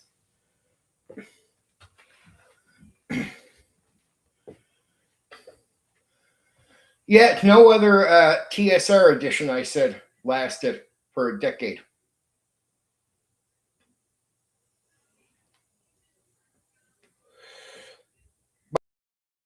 But would I say that 3.5 lasted for 15 years? Like, when I say lasted, what I mean is, look, put it this way, dude. Black Rose, let me be clear so you understand what I mean. Was AD&D played since 1974 right up until today by people? Yes. But, I mean, what I'm saying is, it does. I'm saying I'm not counting gaming. If you went to public gaming areas of any sort, like it's like there might be 100 games. Out of 100 games, you're lucky if you encounter one AD&D game or one Beckme game or 3 AD&D 1E games out of 100. But if you looked at the numerous amount, when I say outperformed actively, is second edition, we at the time for the 30 years had more live games out of 100 than any other, and I mean in big numbers. So it'd be like 60 games would be second edition, right? So what I'm saying is, yeah, it doesn't mean that nobody was playing the games. I'm saying is they were non-existent in comparison. They weren't competing. So, and they were replaced. Like third edition didn't come out to replace second edition because it was not a new edition brought out by TSR. So the second it becomes a split company in competition, well, then you got to look at active gaming, right? And active gaming, second edition, TSR outcompetes WotC third edition in active games being played. So the majority of games being played are second edition. 3.5 comes out. Second edition outcompetes that. More games being played, more DMs. Because second edition was, the one big secret with second edition is how good it was at producing dungeon masters. That's the biggest secret to it. That's the lifespan of second edition. AD&D 1E did not produce a lot of DMs outside of tournament guys. And we know their limitations. OD&D and Beckme produced hobbyist DMs, right? Very few. Hobby wasn't big to begin with, and those type of DMs are not going to be produced for the bigger crowd. So that's not going to happen. Third edition brought in shitloads of players, just like they did in the bigger market, barely produced DMs compared to the amount of players brought in. So what do we hear for years? People had 3E books, never played. I knew guys that by the time 3.5 came out, they bought third edition books on day one. And I mean shitloads of these guys. Never played a single session, and 3.5 is coming out so many years later. And so what I'm saying is even 3.5 comes out second edition, the majority of games in public, like around going on actively, second edition. Pathfinder comes out, still does not produce a lot of DMs. Second edition rapidly produces DMs. And there's no other edition of D&D before it or after it that figured out that secret sauce. That's the most, they're not AD&D 1E, Beckme or OD&D never produced DMs like second edition. 3E, 3.5, 4E, Pathfinder, 5E has never come close to producing DMs on the scale second edition did. As far as production of people that run the game, and that's why second edition was so active for 30 years, unlike any other edition. The secret sauce is the production of DMs. That's the secret. No edition before it figured it out. No edition after it figured it out. So, and there's just no arguing. Whenever I bring this up, nobody who's been in public gaming disagrees with me. Nobody. And if you were around to see evidence of it, especially to say the online active gaming, I remember things like OpenRPG. You go on there, even after third edition was out for years, the vast majority of guys were all 2E guys. Their game, they're already cooked. It happened with 3, 4E, and 5. Yep. No, Nazi fucking nails it right there. The second, and there was no, like, 2E was reproduced, but to say 2E had a 2.5 come out, just not the same thing. Almost every second edition guy would have even touched the new books that came out. That's just people trying to make more money. But with those situations, 3.5 came out to draw more people to the game to run it, to make it easier to run. What did they say with 3.5? 3.5 eased up on the DM. Why did they promote it that way? Why did they promote 4.5 as easing up on the DM? Why has 5th edition also claimed to be easing up on the DM to make it easier on the DM? Why in every case is that the selling point to the extensions? Because they could not figure out how to produce enough guys to handle the players. So basically what you're finding out is they can't produce enough PlayStations for the games. And I remember years ago when Hasbro, I knew right away when Hasbro started investing in AI. That's why I said it, even though people said I was crazy. Now, see, it's funny. Because I said it, people said I was crazy. So many years later, said otherwise. But yeah. Tragically enough. I didn't even have to mention other. I know there's going to be a YouTuber probably doing a stream, but I didn't have to mention names. So fucking boring. So fucking boring. Just do good content, my dude. And if some, like the guy has said something on streams about me, like probably like I've been told like 15 times now. I'm like, dude, I mentioned something about you for 2 seconds. Like, I make people famous. Even if somebody in my chat mentions their name.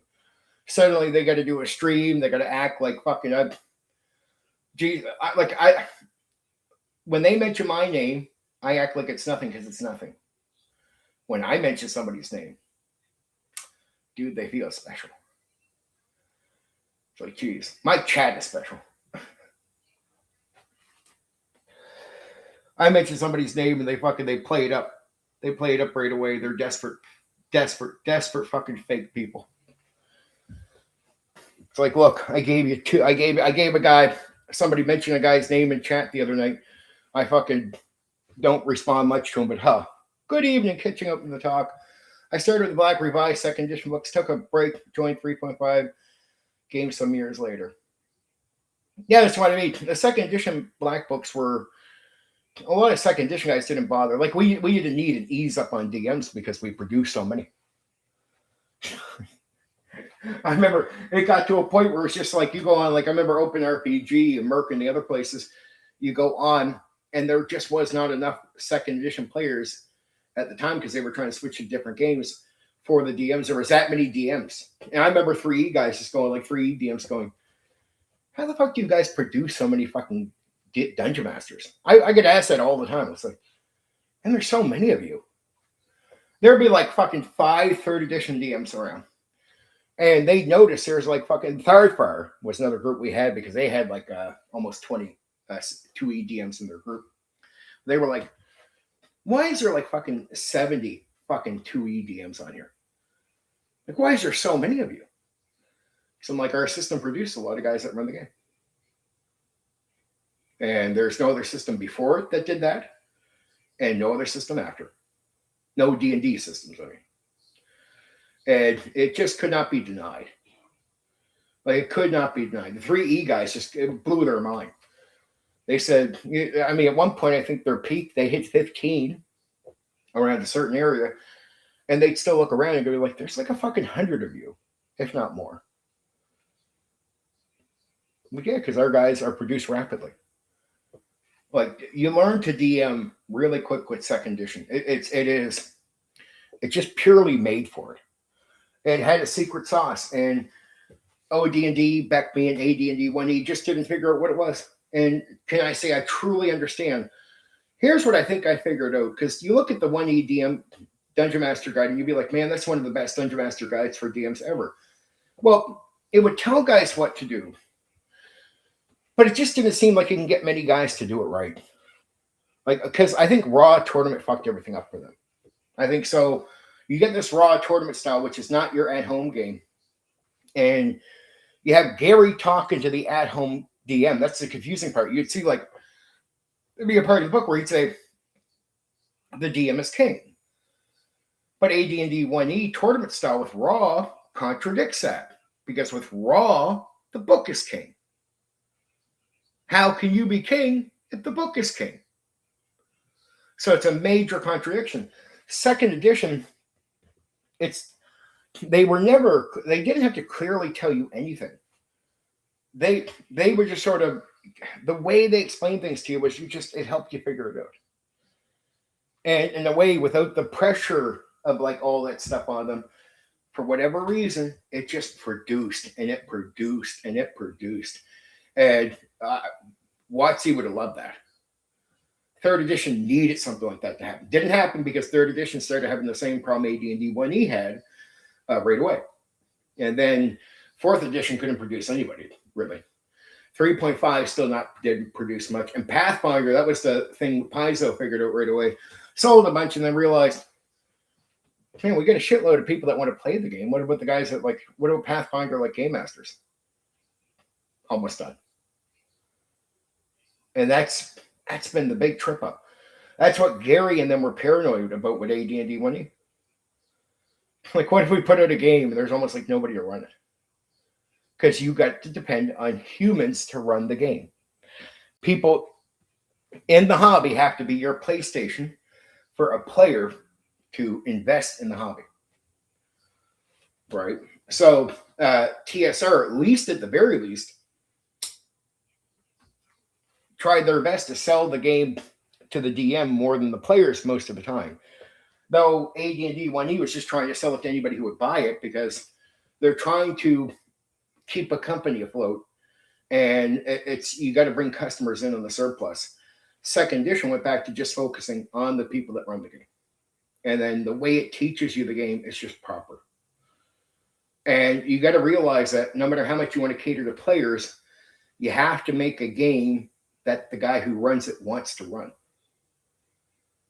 Like, it doesn't matter what you want to play. Like, so you can put the coolest game out there, but it means nothing if the coolest game out there, all the players want to play, but almost nobody wants to run it. That's what happened to Traveler and Cyberpunk. They're great, but they had short lifespans for periods of time they came out because great for players, a lot of guys couldn't run the games. Pendragon, same thing. Pendragon was like some of these games had a bit of a different lifespan. World of Darkness was a bit different, but it would have shorter campaigns, short runs. People wouldn't repeat all the time. Palladium had the same thing happen. That's why they flopped compared to D&D for customer base. Because it doesn't matter how cool the game is for players. If you're depending on human beings to run the game has to appeal to the person that runs it. His second edition appealed to guys that wanted to run a game. That's the big secret sauce there. The guys that really want to run it, creative guys with skill, they looked at that game and went, yep, I'll do that one. Because real talented people want control. They want authority. They want to be able to put their creativity in. They want to know where there's limitations that don't blow up things they're doing. They want to have all that stuff. And second edition layered it in. It was like the peak of TSR. Third edition just came out and said, let's make a game players are going to love. The problem is, a lot of guys just went, yeah, okay, but yeah, all right, players love it, but we don't want to run it. That's an issue. All right. That's an issue. That kills games. That's why Pathfinder was here for a second, gone away, and then took forever to come back. Came out, sold a bunch, and then went, okay, we're going to make more material? Almost nobody's playing the game, dude. Huh? Yeah, not many people are playing the game. But why? Pathfinder's not producing a bunch of people to run it. Players want to play it. They're addicted. And if they got lucky and found people to run it, they did. Again, third edition, I met a surplus of guys that just would tell me, like, I brought the books when third edition came out. I've never played a session. And it was a shitload of these people. Shitloads of these people that bought third edition books never played it. That blew my mind. I think that happened with 5e too. I know that happened with 4e as well. Guys bought the books, never played it. About 2 hours, like we're about 15 minutes away from where I start the coverage of the historical reference series for OD&D. See, you're in time for the main part of the show, dude. Probably after the smoke. I'll probably be honest with you. I don't know, 15 minutes. So Black Rose, everyone who's actually here for the main Super Bowl show, the tar's talking around 2 hours. Around 2 hours. It's like an hour. It says an hour and 54 minutes. So by the time I'm done this, I'm going to start the coverage of the historical reference series. And if you've ever said to yourself, if you're an old D&D person, does second edition D&D have monster stats? I know there are monster manuals, but I haven't seen second edition, and there isn't much info I can. Oh, no, see. Do me a favor. Check out the description of any video, including the stream. There's a link there. It will take you to all the material. All of it. Oh, yeah, that too. The whole thing. But the monster manual is what you want to check out. That's where your stats are. So, dude, go check it out. Go check it out. Go check out the description. Don't do it now. I'm going to fucking cover the thing in a couple minutes. But go bookmark that link. Do it now. I'm having a smoke. Bookmark that. That's the whole thing. That's the handbooks, all like the fighter handbook, all of this handbook, the player handbook, or the player handbook, DMG, everything. Yep, not a problem. You came to the right person on that one, Nelson. You came to the right person. And I'm willing to run second edition online, but it's just been limited on people interested in 2E. Everybody wants to play everything else. So I'm like, I don't know. At one point, I do want to run other things on here, but I want to start with 2E for a lot of people. Plus, it's just easy to access the material. So that's another convenient part. That's all on people if they have time. If they want to. Just takes time. Takes time. Though, like I said, I had a post up on Discord. Somebody telling me somebody's going to do a stream on you tomorrow night. I'm like, dude, thinking to myself, yeah, people have been doing streams on me for 7 years.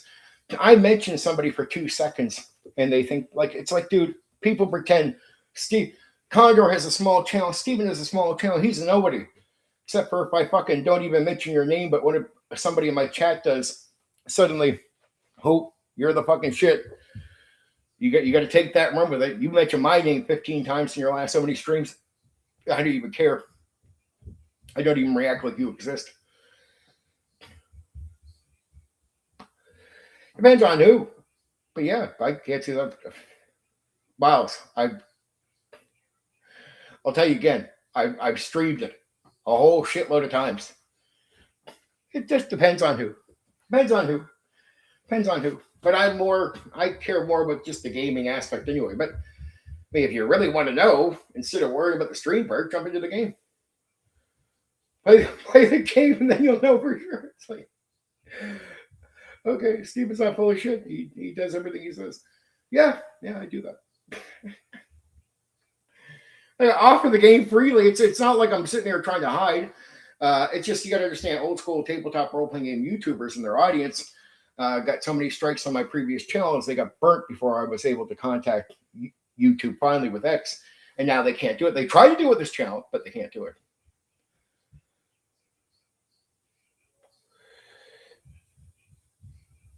Oh, Nazi, whatever. Read it or not. I just don't. That's up to you, dude. I don't give a fuck. Be picky about it or don't be picky about it. I don't care either way. At least the material is there for you.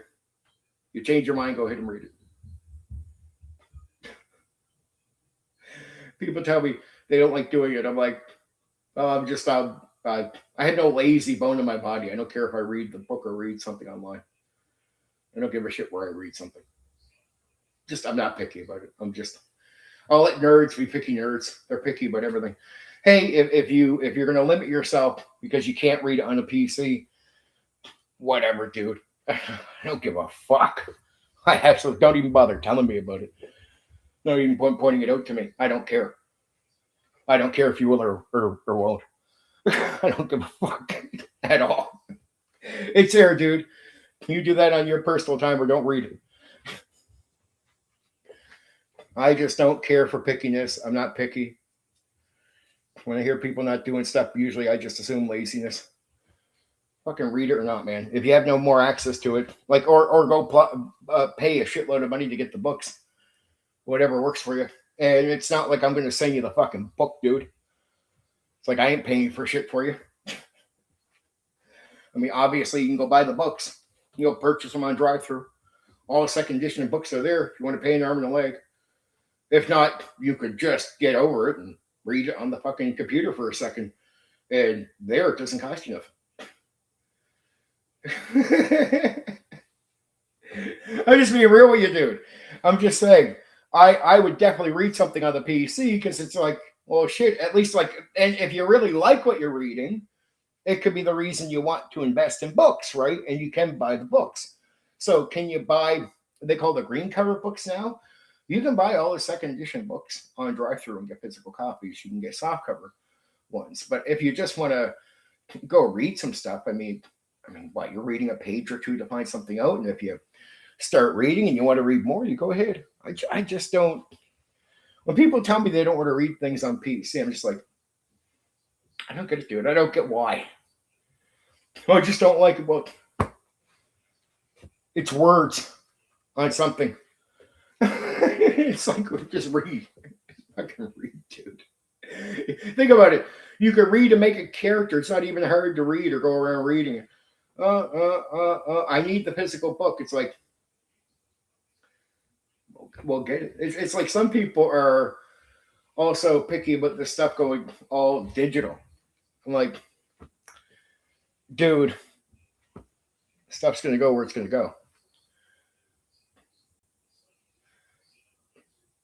Yeah, it's not hard. You can probably even go to the libraries and like, not that many people use them anymore. You probably find some shit there. But I mean, it does save you some money. And if you're not rich, it's like I don't pretend everyone has money to fucking spend on books all the time. So I just go, yeah, it's free. It's nice because it has access to everything. It's like, dude, if you get past reading on the PC, then you have access. I mean, think about all the access material you have right there to yourself, right? It's a shitload of stuff. Okay, here we go, guys. So I know it's start. Okay, we're going to start in on it. So, Stephen, this is to start at time. Remember that later. At 2 hours and 2 minutes in. I have to remember that. I have to remember that when I go to put that down. Okay. Historical reference series, 1991 to 1994. Influences and birth. D&D historical roots.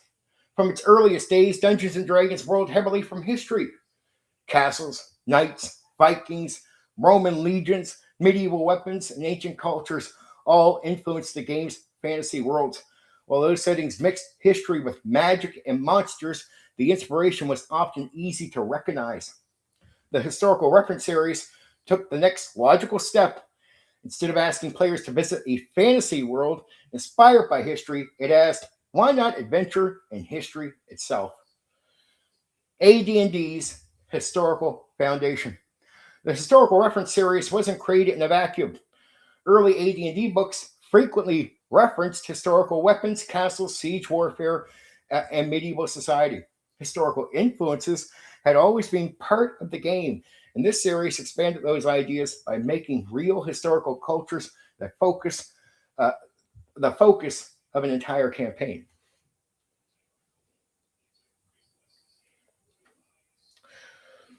Dragon Magazine's influence. Before the historical reference series, Dragon Magazine regularly published articles covering historical weapons, armor, warfare, cultures, and ways to adapt history from AD&D. These articles proved there was genuine interest among players and dungeon masters in running historical campaigns, helping pave the way for a dedicated line of source books. AD&D Second Edition expansion. The release of AD&D Second Edition marked a period of rapid expansion for TSR. Beyond the core rules, the company began producing campaign settings, accessories, and source books covering a wide range of genres and play styles. Historical campaigns became another way to demonstrate the flexibility of the AD&D rules. Rather than creating another fantasy setting, TSR looked to Earth's own past for inspiration. History meets role-playing. The goal of the series was not to replace fantasy, but to provide dungeon masters with enough historical information to run believable campaigns in famous periods of history.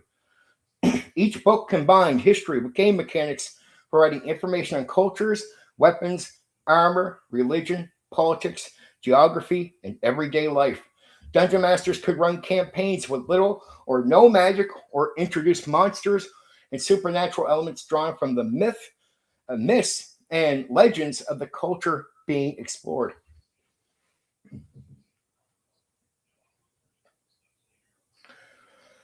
Mythology as part of history. One of the unique ideas behind the series was recognizing that mythology and history were closely connected. People living during these historical periods often believed in gods, spirits, legendary heroes, and mythical creatures. Rather than treating mythology as something separate, the books showed how those beliefs could become reality with an AD&D campaign. This allowed a campaign to begin as historical fiction before gradually introducing fantasy elements rooted in the culture's own legends. Education through gaming. Although these books were written first and foremost as game supplements, they also introduced players to real historical periods. Many readers discovered cultures, historical figures, and major events through the series before exploring them further on their own, making the books an enjoyable gateway into history without trying to replace history books. Multiple authors, one vision. Unlike many TSR product lines, the historical reference series wasn't the work of a single designer. Different authors brought their own knowledge and interest to each volume, helping each book feel distinct while maintaining a consistent approach to blending history and AD&D. The historical reference series. Between 1991 and 1994, TSR published 7 historical reference books, each examining a different historical culture or era while remaining fully compatible with AD&D 2nd edition. Together, they form one of the most distinctive product lines of the 2nd edition era. A different kind of campaign.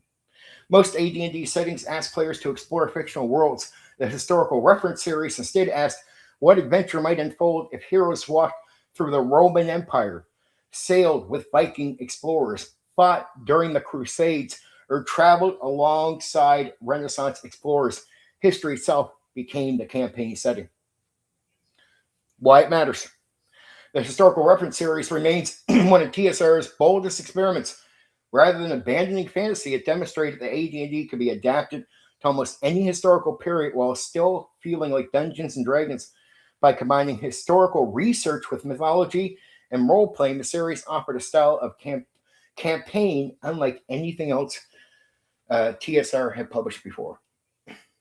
The historical reference series was TSR's attempt to bring real history into AD&D 2nd edition, building on D&D's long-standing historical influences and years of historical articles in Dragon Magazine. The books explore famous civilizations and time periods while giving dungeon masters the choice of running realistic historical campaigns or adventures inspired by myths, and legends of those cultures. It was history's mythology and Dungeons and Dragons brought together in one series.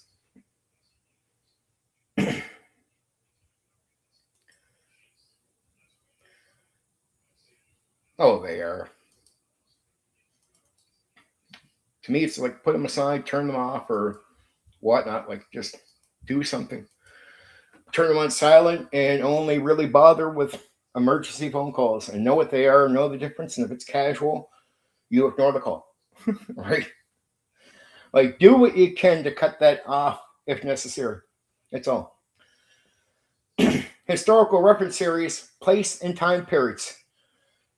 HR1, one of the first books. Viking Campaign Source Book, 1991. Time period, primarily the Viking Age, late 8th to 11th centuries, roughly AD&D 793 to 1066. Location, Scandinavia. Norway, Black Rose, Sweden, Denmark, Iceland, Greenland, the British Isles, parts of the continental Europe, Vinland, North America as optional destination. Focus, Norse society, exploration, raiding, trade, and everyday life. The book presents the Vikings as far more than raiders, exploring their roles as explorers, merchants, settlers, and skilled sailors. Longship voyages, new settlements, and exploration play just as an important role as warfare.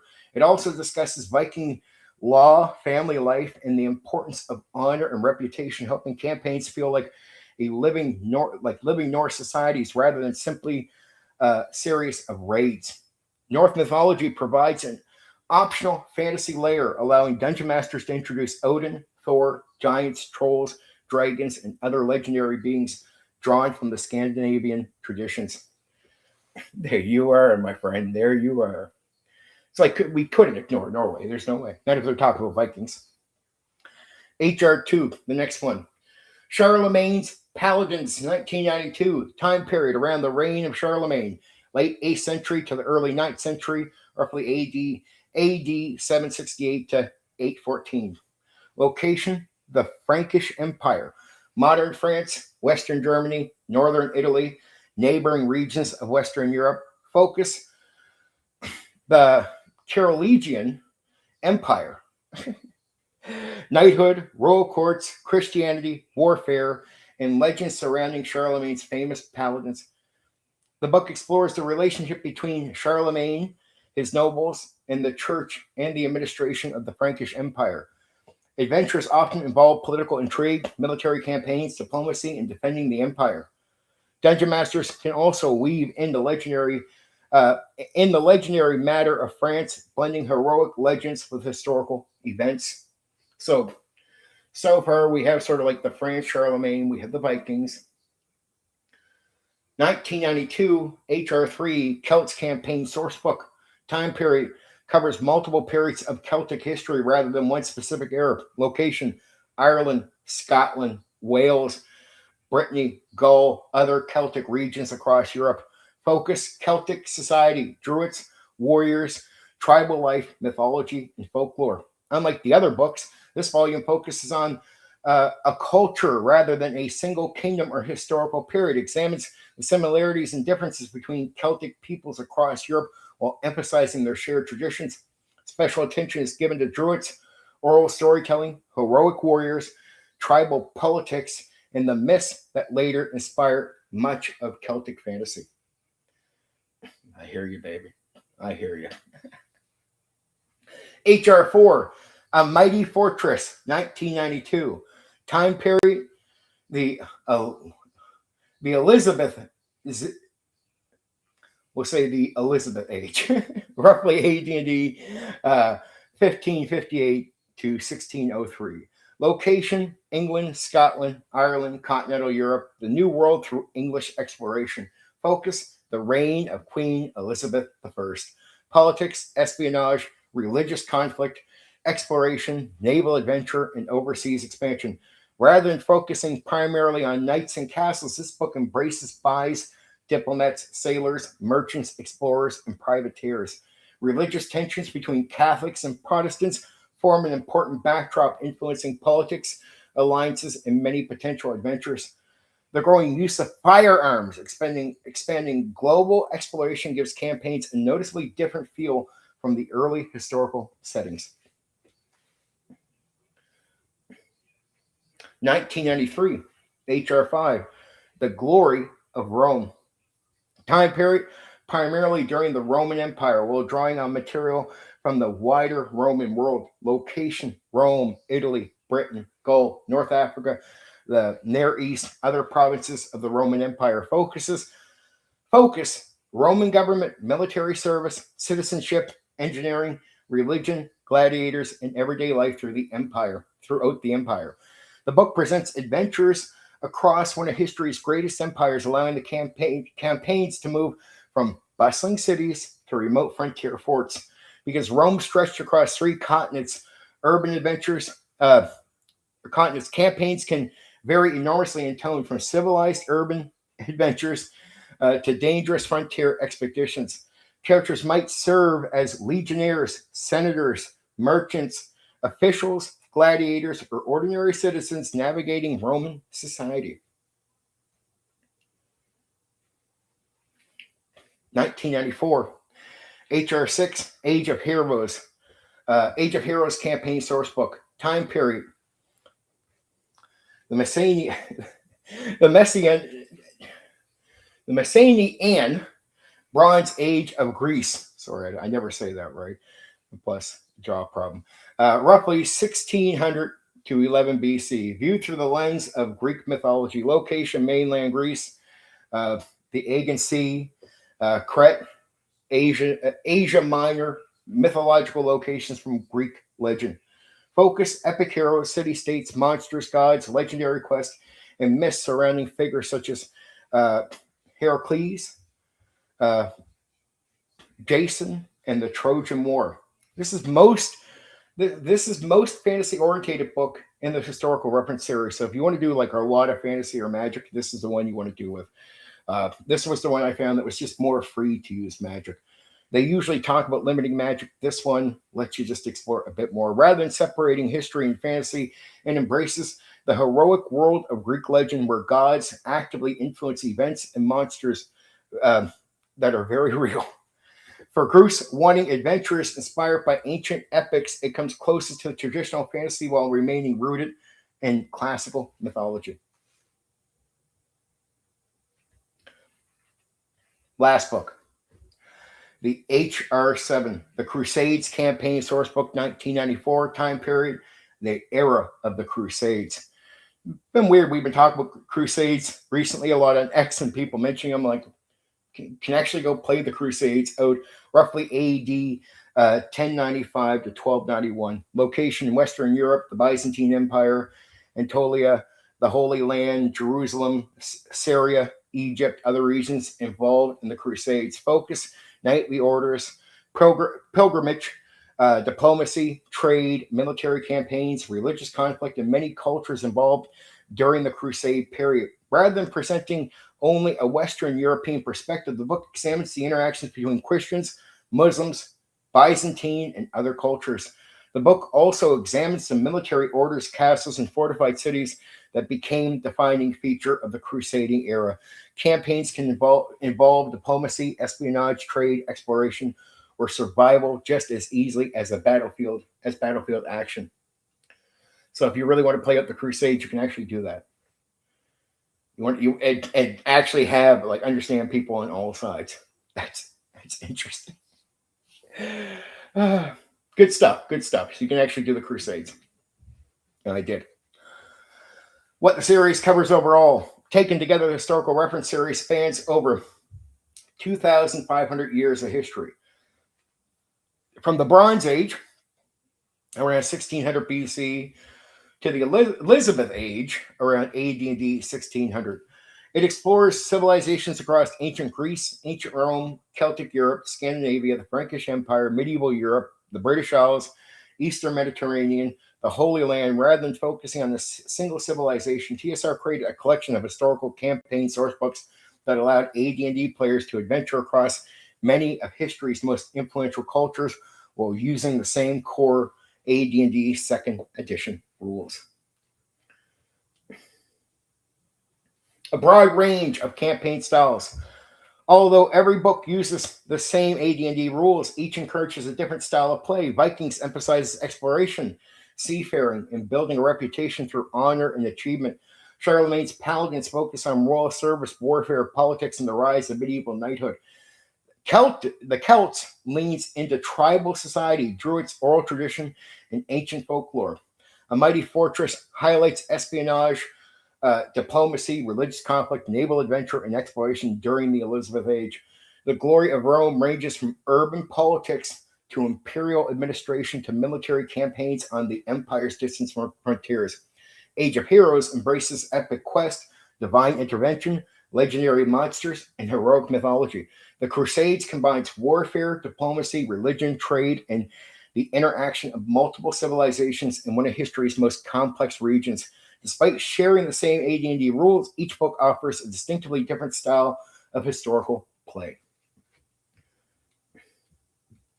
What isn't covered might be interesting. Although the historical reference series spans more than 2 millennia, it focused primarily on Europe and the Mediterranean world. TSR never produced dedicated historical reference books covering civilizations such as ancient Egypt, Persia, China, Japan, India, and Mesoamerica, or sub-Saharan Africa. Those regions remain outside of the scope of the series, leaving dungeon masters to adapt them using the AD&D rules of their own. Okay. Before I get to more, that's a good start. That's a good start. Now, I got a worth mentioning part coming up, and then I'll go into advice for how to run these things and how to make characters for them. Yeah. What do you think so far? So now you know what they cover, right? The Crusades was the most interesting one. The Greek is really like where you play a lot of your fantasy. So if you really want to take the fantasy from AD&D, really play it up a lot more, you can really apply a lot of it there. Yeah, agreed. Agreed, but you got to understand, D&D looked at itself as Europe mostly, and anything sort of attached to Europe was where they focused.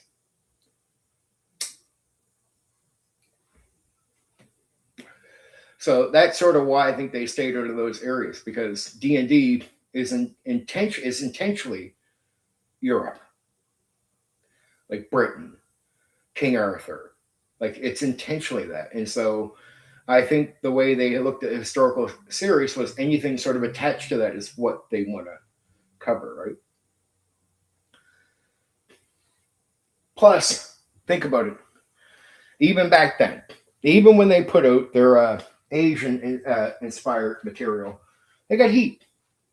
People don't know this. Go back in time. They got heat. They got heat. So if you think it's all just today, they talk about like, oh, there's white guys doing a Japanese game, like or setting, like an Asian setting. They got heat back then for it. So if you're going to do history books, given the amount of heat and given how touchy these societies are, like just think about how touchy these societies are. It's one thing to do a fantasy version of a setting with samurais. Imagine doing the Japanese thing, and like even Bushido got heat. Like go back in time and actually check that out. They got heat for making that. Not TSR, but the exact people that made it. So it's not just today that you hear about people complaining about, oh God, a bunch of white guys made a game about Africa. There was real heat back then too. So it sort of makes sense why they would stick to mostly white Europe, right? Like mostly white regions. So it's because it's all connected.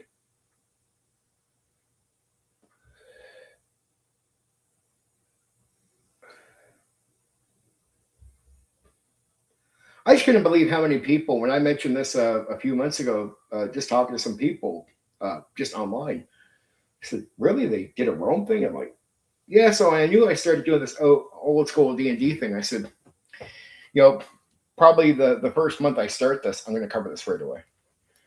And it wasn't the first stream I did, but I knew it would be in June because I just started this old school D&D stream here in this time period. I was like, yeah, I'm going to cover it this month right away.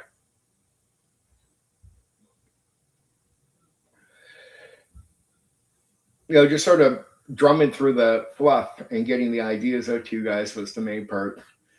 We'll slow down a bit once I get to the DMing part and the character creation, and we'll talk a bit more. I just very hot, very, very hot today. Just got to tell you, we have a lot of heat here, really, really warm. So it's like I'm going, but I've been going for a few hours. This was a little over 20 minutes to pour into the first part of this. And man, it's whew. So taking a breather before I start reading a bit more off, right? I got worth mentioning part, which is the stuff I haven't mentioned yet. Stuff I think is just necessary to point out. Usually I do some of the stuff like where I do the advice first, but in the setting last, but this is just different. So I got advice for how to run these and how to make characters for them. But that's going to be the last two parts of this, right? I got worth mentioning coming up. So we covered the fluff, how they got made, why they got made, Dragon Magazine, all this. Second part was just telling you about each one. So I told you about each one they've covered. Let's see, we'll just go over, like I won't read them all again, but I'll go over which ones just so you guys know. So the first one was the Viking Campaign Sourcebook 1991. Second one is Charlemagne's Paladins 1992. The third one in 1992 was, again, Celt's Campaign Sourcebook. And then the Mighty Fortress, which is like, English, the Elizabeth First Age. The Glory of Rome was 1993. Age of Heroes Campaign Sourcebook, that's Greece. That's the stuff you're talking about there, 1994. Then we get, which is a really interesting one given the subjects today, because so many people are talking about the Crusades. The Crusades Campaign Sourcebook in 1994. And I just thought it was amazing that we got all that like in just a go. The Crusades, the Age of Heroes for Greece, the Glory of Rome, a Mighty Fortress, which is like, Britain, all that. The Celt's Campaign Sourcebook, Charlemagne's Paladins, and the Viking Campaign Sourcebook. Just wickedly good stuff. Wickedly good stuff. And you could really, if you wanted to really mess the boat with that, you could almost combine them all. Like it depends on how you want to travel it or use fantasy. You could almost, use those, and you just got to accept some fantasy that they're all not exactly the same timeline, but you could cheat. I mean, that whole Viking show that came out recently that was on TV, if you really want to examine it, it cheats. It just cheats. There's certain guys in the show that are quite famous that wouldn't even be alive at the same time as some of the other characters are. But it's cool. And to me, if you really wanted to take that stuff and sort of make that part of the world like a little bigger, right? Like from Norway, like to different parts of Europe and Rome, you can combine all that, and it has all the information you need to make that a massive setting, like a massively big setting. So and then you even got the Crusades period. So you can look at the different religions and how they went to war, from the Christians to the Muslims. Like it covers everything. Of course, it means you're going to miss out on certain other areas, but some of those other areas are way less connected to these ones. And you got to think at the time it was just a lot easier bringing those out without any heat, right? But I think they're excellent. They're all great books. Like they're well researched, like very accurate in research. And it's the way they suggested to you is how to use AD&D second edition with them. So you're not just playing D&D, but it's how do you bring Rome to life. It's just you have to accept the mythology back then. It's almost like it doesn't want you to avoid fantasy, but it definitely wants you to focus on the fantasy from those areas. I mean, you take myth that wasn't real, but that myth becomes the source of your fantasy, right? You make the myth real. That's all you're really doing. You're making the myth real, right? And you don't know how many guys that would come to me that were religious, like Christians. Well, I would oddly say my fellow Christians now would come to me and say, "Man, could we like play a Christian character like in Forgotten Realms?" I'm like, "You really can't do that." But you can with the historical reference series. Man, you can play with the Crusades. So if you're a Christian in the hobby, I don't know why these books wouldn't be extremely, especially if it's something you wanted to try out, why these would not tempt you to the extreme. And the Crusades book, I don't know. Like, I just hear so many people talk about it, especially guys even around the tabletop role-playing game hobby. I'm like, do you know there's a Crusade source book out there for like making campaigns for the Crusades? And there is. Yeah, there is, dude. Like, if you got stuck in your AD&D 1E world, a lot of guys gave up on TSR and didn't like second edition And because they didn't like second edition, they didn't realize there was this whole historical reference series made for 2E. Because they stopped at 1E. Like, here, I'll mention a YouTuber's name that I usually don't mention. It's not to attack him. But go listen to a guy like the RPG Pundit. When he gives you opinions about gaming, you could tell he does not know what second edition is. And the most graphic videos he put out where I knew just how ignorant about second edition he is. I really didn't believe it. I just assumed even if he didn't play second edition, he must know about it. I did not believe he was completely ignorant about second edition. He did a video character development and immersion. And when he did it, I was like, holy shit, this guy really doesn't know about 2E.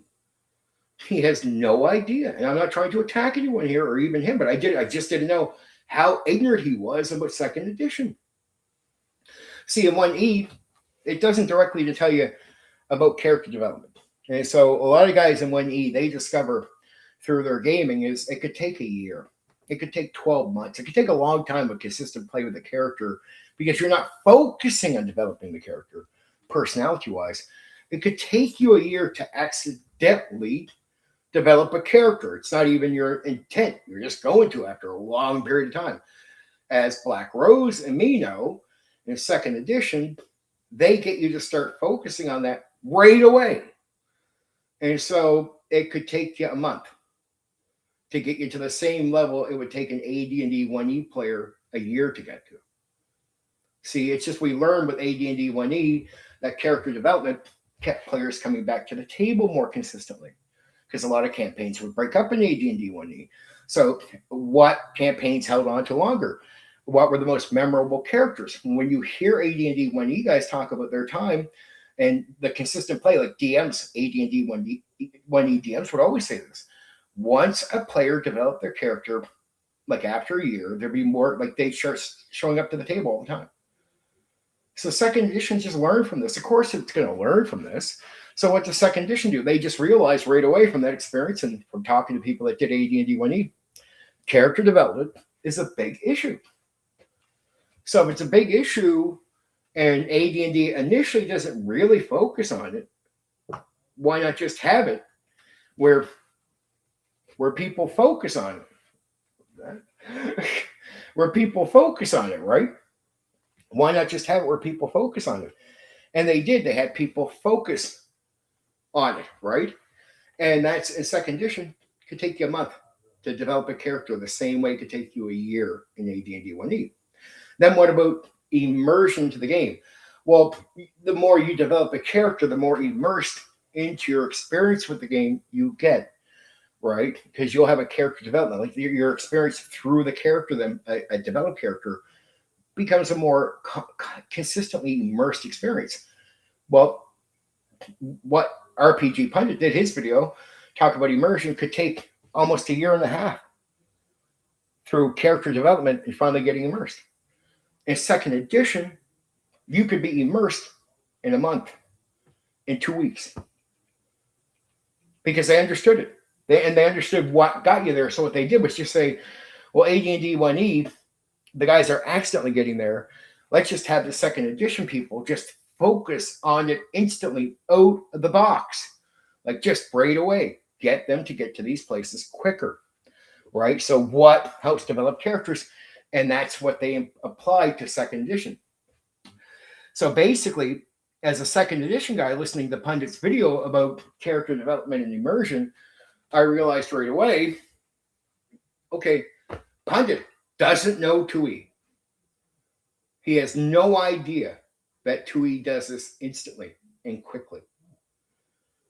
And I'm not trying to be ignorant to anyone who played second edition or ran second edition. Go listen to Pundit. You second edition people all agree with me. You all know what I'm talking about. Go listen to this video. It will blow your mind. The guy says a year for character development. You'll be like, a year? What the fuck? Like, we do that in a month. What are you talking about here, right? But he simply doesn't know it. And a lot of AD&D 1E guys just stopped focusing on a lot of TSR stuff after second edition came out. So when I talk to a lot of AD&D 1E guys and I talk about the historical reference series, they're like, "What do you mean you can play the Crusades? You don't know?" Because the reference series is for second edition. Oh, it's made for the kits and everything. All that, I mean, it's made for that. Anyway, I was just shocked. I was shocked how many people didn't know about this because they got really mad. So worth mentioning about the historical reference series, more than just rule books. Although the historical reference series was written for AD&D second edition, the books contain far more than game mechanics. Each volume includes historical backgrounds, maps, discussions of governments, religion, warfare, trade, architecture, clothing, geography, and everyday life. Even dungeon masters running other game systems have often used the historical reference series and campaign resources. Like, they're just so good. They're just lots of good goodies to get out of these books, which is, again, amazes me so many people don't know about them. History was extensively researched. One of the defining strengths of the series is the amount of historical research behind it. The authors drew upon historical scholarship available at the time to present each culture in a way that balanced historical information with the needs of an AD&D campaign. While historical scholarship was naturally advanced since the early 1990s, the books remain impressively researched for gaming supplements. Historical maps bring the world to life. Many of the books include historical maps showing kingdoms, trade routes, religions, political boundaries, and important locations. Rather than inventing fantasy continents, these maps allow dungeon masters to build adventures using real geography, making travel and exploration feel grounded. 1 second, I apologize about that.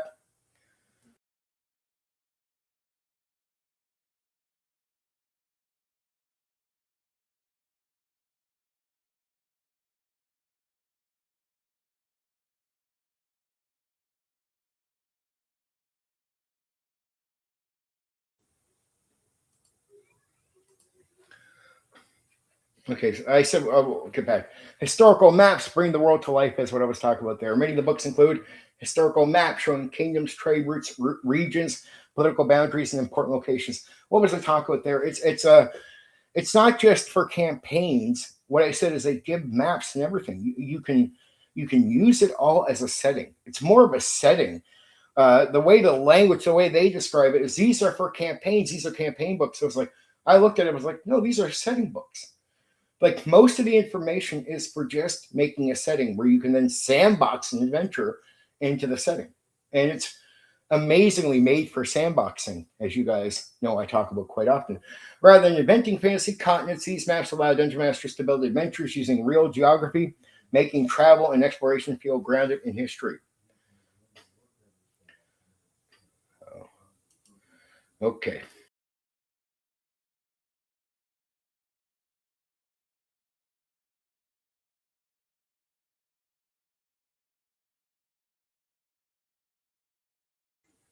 I try to avoid having phone calls come in, but ever so often it happens, and I have somebody over just answering my phone for me. So it's like, leave me alone in the middle of a stream. Magic is adapted to the setting. The historical reference books do not remove magic from AD&D, but they encourage dungeon masters to think about how it fits the historical period. Character classes, especially priests, are adapted to reflect the historical religions and mythological traditions of each setting, while other forms of magic traditions of each setting. Magic traditions can expand or reduce according to the dungeon master's preferences. Rather than assuming magic is common everywhere, each book explains how it can support the atmosphere of its historical setting. Cool. Worth it. Worth it. Good information there, Nuts. Nulty, yep, definitely worth it. Definitely worth it. Jeez, this stuff is awesome. Mythology replaces generic fantasy. Instead of filling every campaign with the same collection of AD&D monsters, the historical reference series encourages using creatures and legends connected to the cultures being explored. A Vikings campaign draws on Norse mythology. A Greek campaign embraces the legendary heroes and monsters. A Celtic campaign turns to Celtic folklore. This gives each historical setting its own distinct identity instead of feeling like traditional fantasy world with different clothing.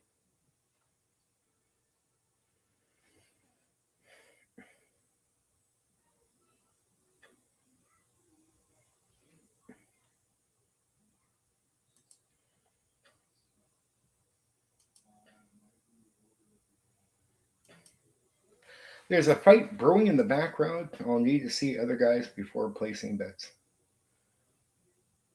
There is. Sometimes Black Rose, you make comments. I'm just like, I don't even know what you're talking about, my dude. Or you're talking about somebody you're hearing in the background here. That's just somebody on the phone. I can't help it. I hope you're not hearing that, but nobody's sweating. just having family over with a deep voice. So you might hear somebody. I don't know. I don't know. It's my uncle. Right? I have no idea what you're talking about,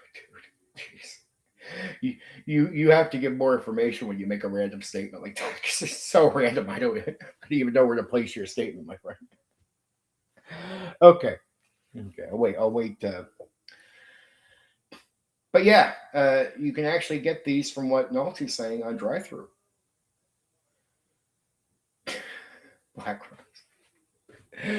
Black Rose and the baby. Harry fights. I don't know about. Maybe there's a fight outside of your home. Maybe that's what you mean. Okay. All right. So here's where we get into the advice. The last couple parts here. This is the really good stuff as far as that stuff you can go purchase. This stuff is from me personally. How to run the historical reference series. History comes first. The historical reference series expects the historical setting to shape the campaign. Rather than dropping medieval fantasy into ancient Rome or Viking Scandinavia, the books encourage dungeon masters to think about how people actually lived, fought, traveled, governed, and viewed the world. History provides the foundation. AD&D provides the rules. It's really important to know this stuff because it's about experience. If you just randomly put stuff in from AD&D, it really starts taking the feel away. Like if you're trying to get what's it like to have been playing in that Celtic world? What's it like playing in Rome? If you just start dropping random D&D stuff, it just starts becoming pure D&D.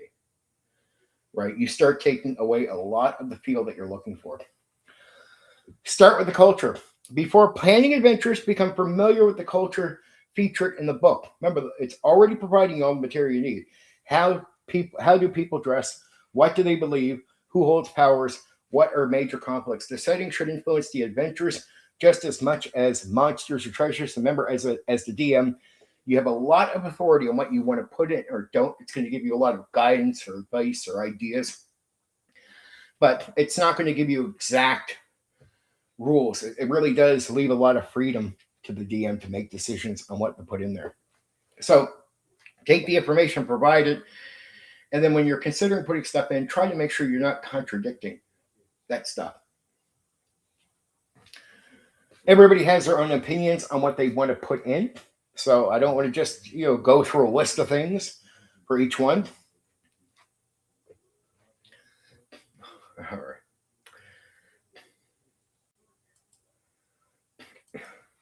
Build adventures from historical problems. The book encourages adventures rooted in the challenge of the period rather than traditional dungeon crawls. So just remember, there's not going to be a lot of dungeon crawls with these. Characters might escort an important messenger, protect a village from raiders, negotiate between rival nobles, explore newly discovered lands, serve a king, emperor, or religious order, investigate mysterious events inspired by local legends. Many adventures can begin without a single monster appearing. Let myth grow naturally. One of the defining features of the series is that fantasy is optional.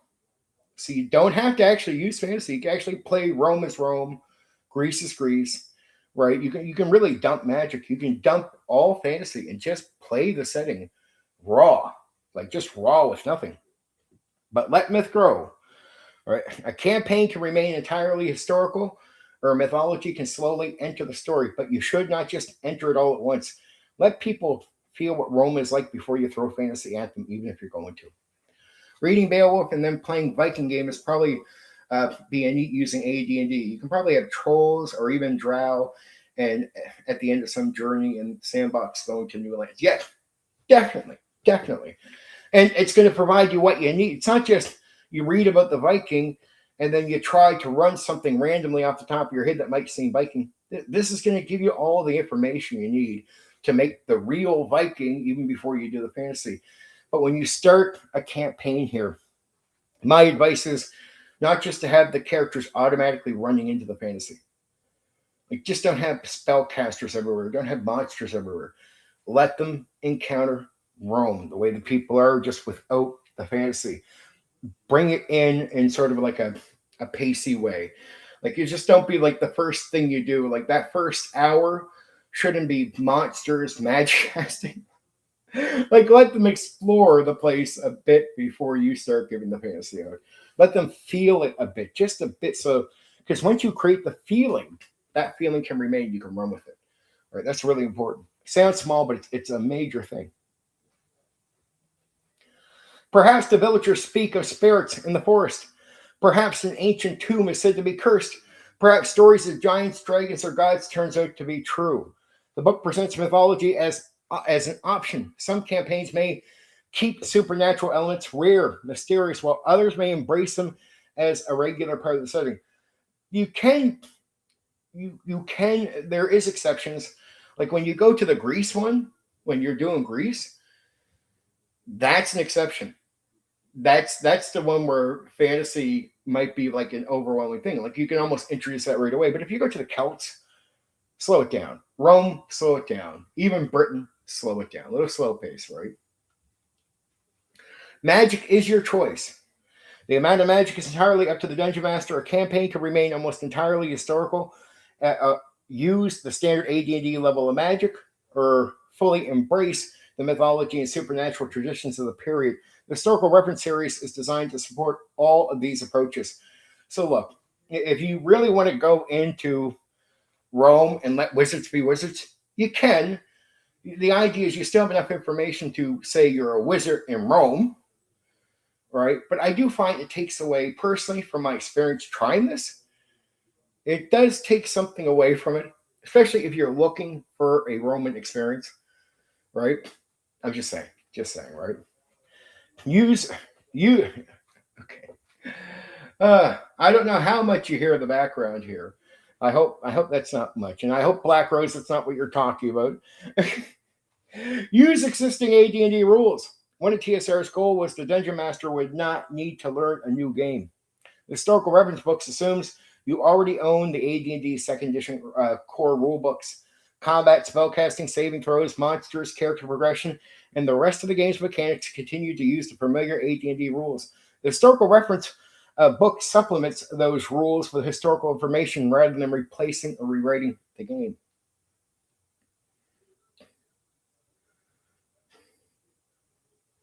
The characters are part of history. Characters shouldn't feel like modern people in historical clothing. Their belief, values, fears, and ambitions should fit the period.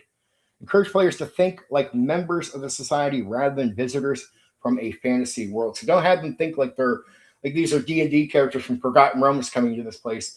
Have them just remember that they're still meant to be Romans. So when they read a bit about it, get them into the mindset. I would probably flavor a wizard as an alchemist or something instead of magic. Oh, of course, yeah. Anything that would keep you in the mindset of this stuff, because you really want to influence with seeds. Plant seeds in the minds of players. If not, if you don't make this extra effort to do the small things, and I would say this, Nancy, the small things matter here. Because it's so easy just to have someone go, it wasn't bad, but it wasn't what I was hoping it would be. It can be, but you have to care about the small things to make it a thing.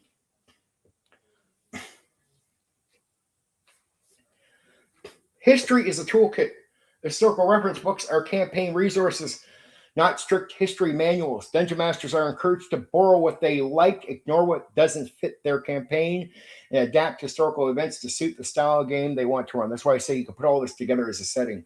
History provides inspiration rather than rigid boundaries. And the way they offer you the information is exactly that. You can make a giant setting out of all these books, right? The players can shape history. The player characters adventure within history. They may influence local events, interact with famous historical figures, or even change the course of history if the dungeon master wishes. The books present history as a foundation rather than restriction.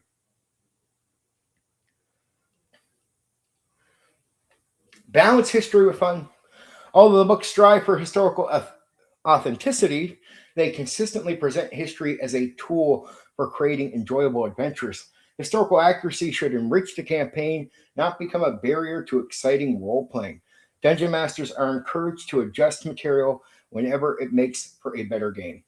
So it's adjusting, but not getting away from things. That's why I say it's okay to bring in the fantasy. It's okay to make sure it's all cool, but it's a mix of the balance of you want to feel, but you still just don't want to get boring with it. Like I like the idea Nancy's saying there, replace the term wizard with like alchemist. Have that be the aim. TSR was trying to create 7 new campaign worlds. That's the real truth of this. Instead, the historical reference series showed that AD&D rules were flexible enough to support adventures across real historical settings by keeping the mechanics familiar while changing the world around the characters. The books allow groups to experience history through the lens of role playing without abandoning what made Dungeons and Dragons recognizable. So, as much as they say it's for like campaigns and that, in a way, it's a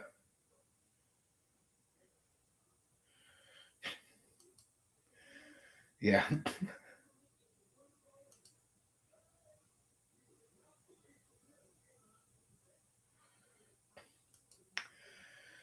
Oh my.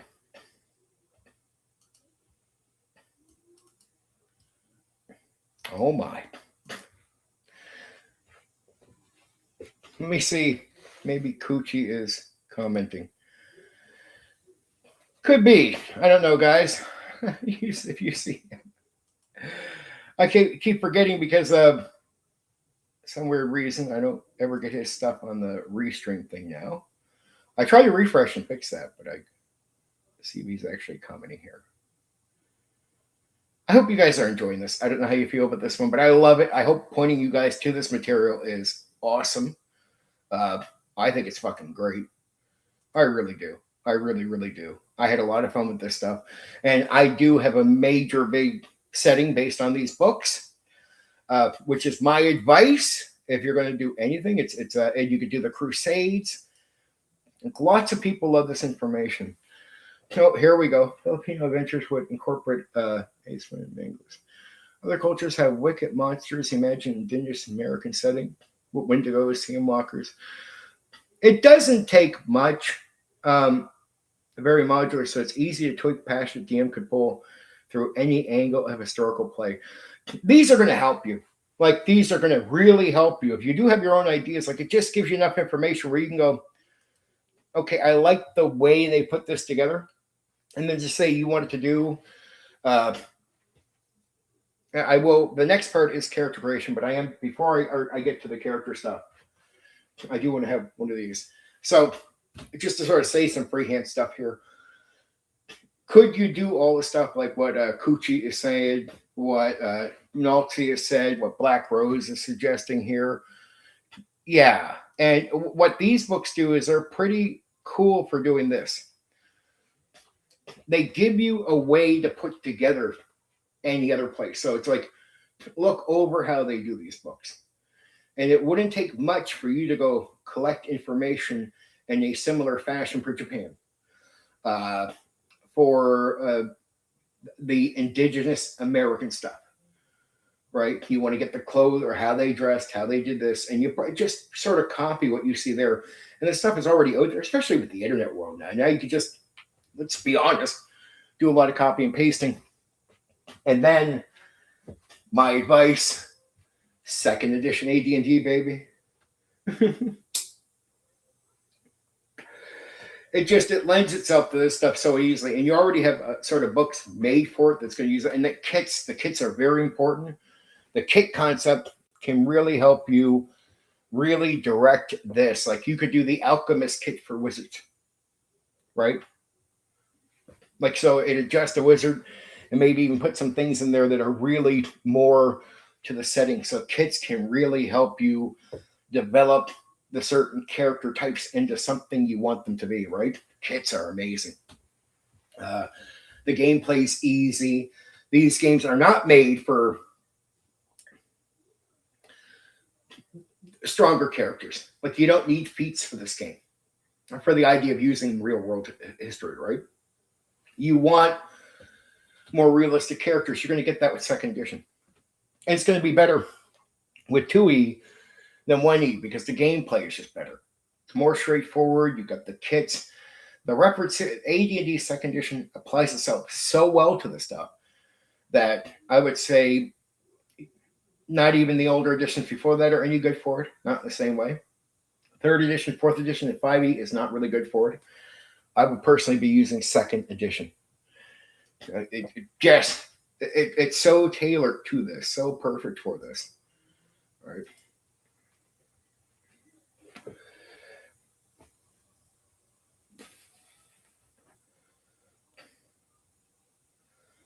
Oh, South American mythology is wicked. Everything. The Japanese stuff that I think Nancy was mentioning, like is I'd call it almost Asian because when I look at, if you look at Native Indians and you look at potentially where they come from, their ideas and even their mindsets really match with the Asian world because a lot of people assume they come from that world. It almost makes sense that they do. And there's always a comparison for that reason. So yeah, there's a lot of cool stuff. A lot of cool stuff, right? A lot of amazingly cool stuff from all these different places. But privately do it. But you can just copy what's already out there. I would say get these books, see how they're put together, because once you understand how to use these to make the campaign, set up the world, all you have to do is go, or I like the system, how they put these books together. Here's how they use the information. Then let me go get the information for myself and then just start applying. And you realize you can extend the setting. And actually, what I would do is look at this as a big giant setting to put together and then add in these other elements to make the setting bigger. Now you can take the ships over to America, right? Now you can have ships landing everywhere. Maybe the Vikings show up in Japan. You get what I'm saying? You can have a lot of fun, right? And China's another place that has a lot of insane stuff. Russia can be a little bit more explored than what it is, right? So there's so much. The African region depends. I mean, if you go to India, you get all the Buddha stuff, the Hindu, right?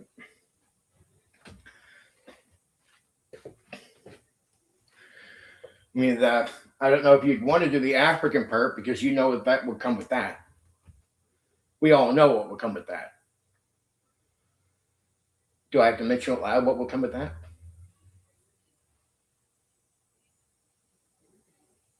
We all know. It's not a racist comment, but we all know the topic that comes with that one. Like, if you go to that part, there's a certain element you got to bring in. You're like, can we avoid that? Not really. Not if you're bringing that one in. Oh, yeah, you could do that with the Viking thing. Yep. Go get the information. This is how I say you can extend out with this stuff that's already worked out. So I would want to get these books and then just add all this material onto them, right?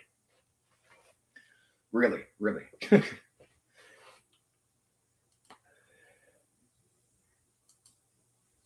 Okay.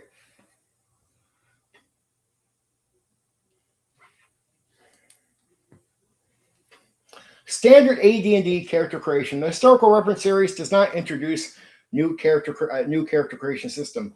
New character creation system. Players still create characters using standard AD&D second edition rules, ability scores, classes, hit points, proficiencies, equipment, and advancement all follow the player's handbook. What changes is how the rules are applied to fit each historical setting. Humans take center stage. Most historical reference campaigns assume human player characters.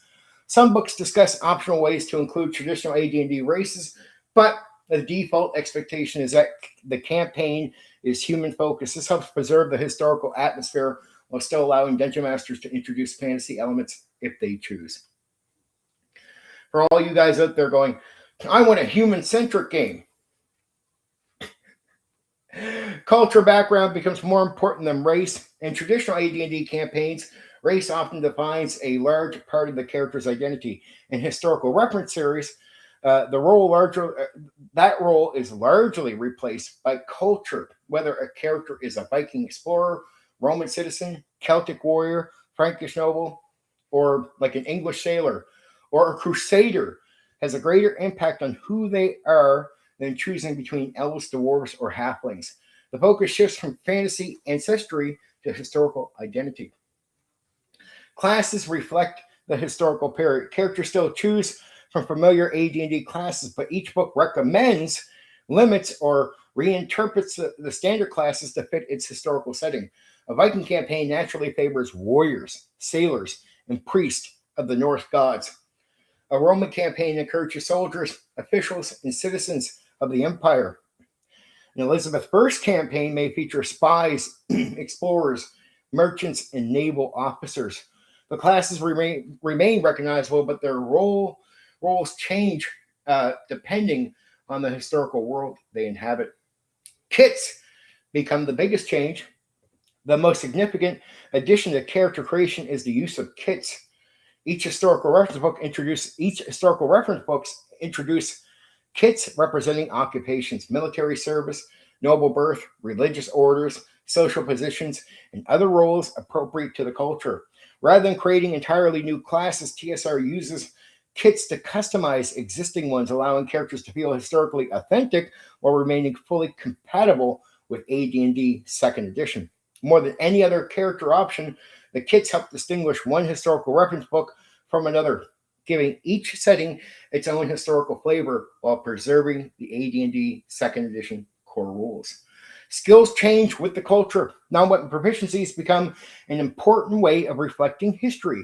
Instead of focusing solely on wilderness survival or dungeon exploration, characters may learn navigation, heraldry, court etiquette, seamanship, engineering, craftsmanship, administration, or other skills that suit the period. Available skills help distinguish one's historical campaign from another. Equipment reflects the era. Characters begin with equipment appropriate to their historical setting. Weapons, armor, clothing, transportation, and everyday gear reflects the technology and culture of the period. Roman legionary, a Viking explorer, a privateer may also use AD&D rules, but their equipment make them feel like products completely different worlds. Religion shapes the character. Characters usually follow the historical religions or mythological traditions appropriate to the setting. Depending on how the Dungeon Master chooses to run the campaign, these beliefs may simply reflect history or become the source of real supernatural events inspired by mythology of the culture. Faith influences customs, politics, traditions, and daily life, making it an important part of the character's identity. So even if you're not playing a cleric, religion can still play a major part of who your character is culturally, right? So you might want a warrior who's a specific religious type. Language and culture matter. Characters are expected to belong to the societies they inhabit. Languages, customs, traditions, laws, and social expectations all help define who a character is before the adventure begins. The books encourage players to think about where their characters fit within the society rather than treating the historical setting as merely a backdrop. So remember, you're making characters of the world. You're not making D&D characters visiting the world. I mentioned that before, but you want your players to really think about that. You're making Roman characters if you're playing in Rome. You're making Celtic. You're making characters fitting the place. Social status creates adventure. Many of the books tie characters into the structure of their society. A character may begin as a noble, a merchant, a soldier, a craftsman, a member of a religious order, or another historically appropriate roles. These backgrounds naturally create allies, obligations, rivals, and story hooks that grow directly from the setting. Every book feels different. Although the core character creation rules never change, each historical reference book produces a different kind of hero. Vikings emphasize explorers, raiders, traders, and respected members of Norse society. Charlemagne's paladins focus on nobles, warriors, churchmen, and servants of the Frankish Empire. Celts highlight tribal warriors, druids, storytellers, and clan traditions. A mighty fortress encourages spies, sailors, diplomats, merchants, and explorers. The glory of Rome centers on legionnaires, officials, gladiators, merchants, and Roman citizens. Age of Heroes creates legendary champions, priests, rulers, and heroes inspired by Greek myth. The Crusades feature knights, pilgrims, clergy, merchants, soldiers, and travelers drawn into one of the history's greatest conflicts. The rules remain the same, but the historical setting gives every character a very different identity. The historical reference series didn't reinvent AD&D character creation. It refined it.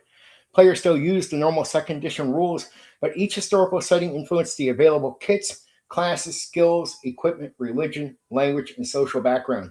Instead of changing the mechanics, TSR changed the culture surrounding the character, making the same AD&D rules produce heroes that felt completely different from one historical era to another. And that I believe. They did such a great job on it that it's immensely crazy. And that took slightly like an hour. That was an even hour. It's an even hour. You say anything more from?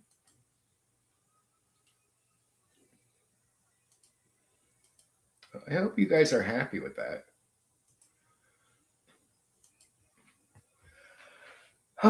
Because I'm so hot that getting through that was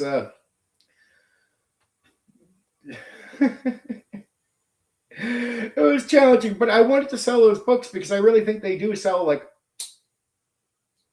it's one thing just to tell you a bit about it, but I wanted you to know what they cover. So I thought that would be important. I want you to know about the freedom a DM has and how it doesn't expect you to stick to everything, so you can sort of play with this stuff. It's telling you to take the coolest stuff from this and don't be afraid that everything has to be exact. You are trying to have fun with it. So when I say have fun with it, that's what I meant by that note. Like, you want to have fun with this. These are great ideas. You don't want to put restrictions in that are going to take away from trying to explore these things or have fun with them. And even storytellers that storytell about Vikings or anything, they drop historical accuracy sometimes for some of the best stories you'll ever see that make you feel like the Viking show. Everyone who watches it, man, you think Vikings, they kick ass. Like, it's fun. It is fun. And it feels like what you want it to feel like. Yet, if you look at the accuracy of that show, a lot of it's inaccurate. Yet nobody watched it and said that sucked. Or said they feel like it's less than something, right? And the idea that you can take, regardless of the timelines, you could build a single world off of this stuff. Now, each one could be its own mini place, but imagine just building a giant setting and then you can run at all these different places when you want. Sandbox. In the sandbox here, because there is no modules for this stuff, sandboxing is necessary. So my sandbox advice, if you run this stuff, it's mint. That's the money here. So if you wanted to bring in the North American stuff, the Japanese stuff, you bring all this together, my sandbox advice is something you'd have to really lead on, right? Books in the early 2000s. Didn't use eBay at that time, but I feel like probably every question I had was answered. That's good. The rest is up to specifics from what I must plow through the books. Well, that's it. Mine's an overview. I'm not going to read the books to you, but I gave you an idea what's in the books. I promise you what I said is in the books is actually in the books. The kits, the renaming of the classes, it really is about making you feel like you're part of whatever the setting, whatever they're trying to push. And these are mini settings, and they come with maps. They come with maps, kits, skills, all kinds of extra goodies that a lot of guys used outside of this. So Black Rose, you're a second edition person. This is another sort of splat book area of just new kits, new this, new that. I have the books. I've used all this stuff. Like they have different skills, all the stuff you could steal for your extended game. You're welcome, Nazi. I just hope to have sold it a bit. I hope people now, after hearing this, go, shit, I want to go look into that. Like you went and checked out Drive-Thru right away. And think about it. Almost nobody talks about these without me bringing them up. Nobody thought about these. Yeah. And then why I talk about games and have fun here and just sort of do general stuff, I'll have people attacking me as an individual. Oh man, focus. I hope some people out there just decide they want to focus on the game and stop just look, dude. If you need to be able to come up with better content to talk about me. I can't help if somebody in chat mentions your name. It happens sometimes. Like, but it also doesn't mean like I'm sorry if you're so fucking desperate for fucking attention that you gotta. I say something about you and I make you famous because you know all the other YouTubers are paying attention to me. So, some guys out there are like, oh, he talked about me. Better fucking try to run on this. I'm like, why don't you just come up with content, dude?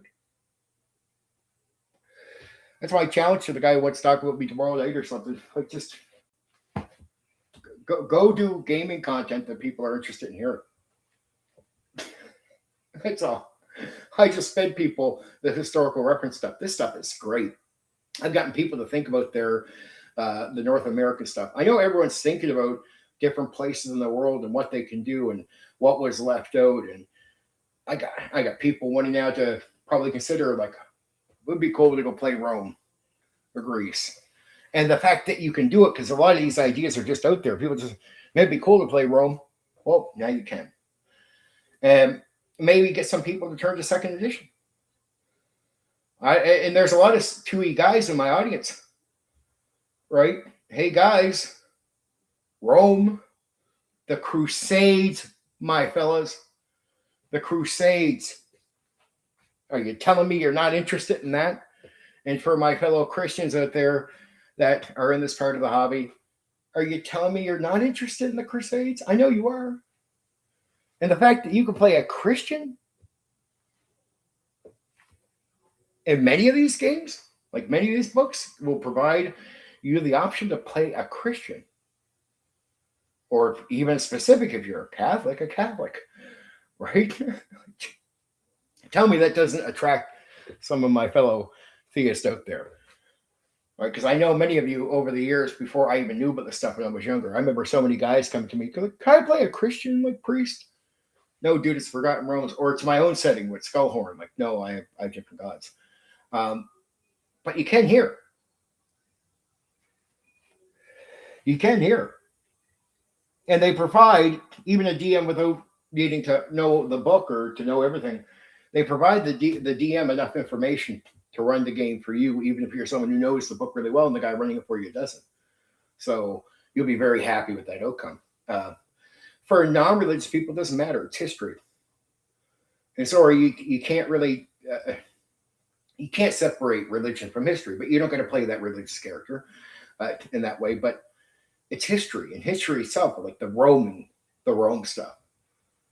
I mean, even playing the Celts is awesome. And the idea that you can go like the North American stuff Kuchi mentioned, it's just so easy to go get the public information on this and make kits. You could rename the classes if you were to take it to Japan. You could easily make kits, easily manufacture your own kits, no problem, for a Japanese, like even China, right? It's so easy. And they're giving you a blueprint. Like these books give you a blueprint to go add the extended material on.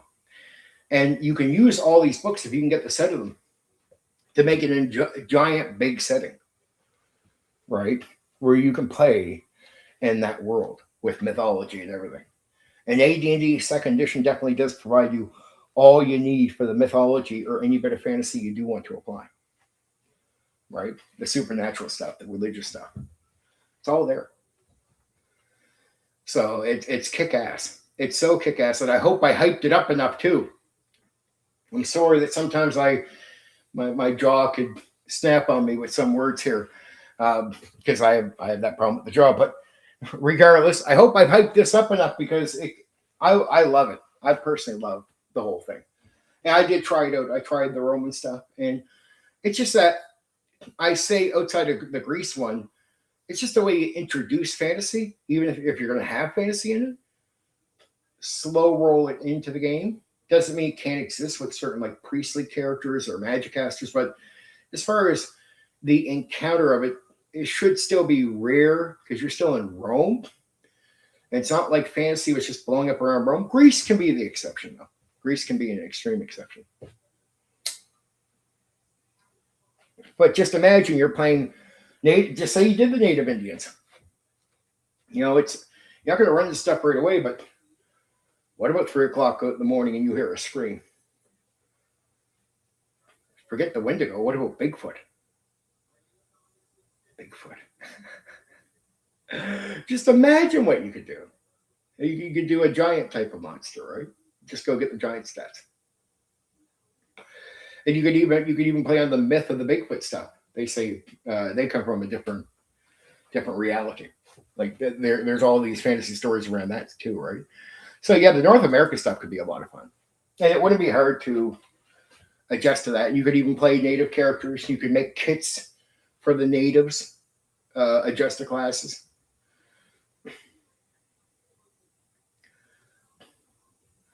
Yep. And you could even do that in Alti. You can pretty much do most of this with almost no fantasy at all. Like, so that's another beautiful thing. If you just wanted to, what if we did it with like almost no magic? You could actually eliminate magic. You could, but understand, but then you want to make combat a little bit more rare. Definitely still going to be dangerous, but it won't be. Just think about it. These are not dungeon games, so it is a different way to explore D&D because you're not going to be running around the dungeon getting into all kinds of encounters.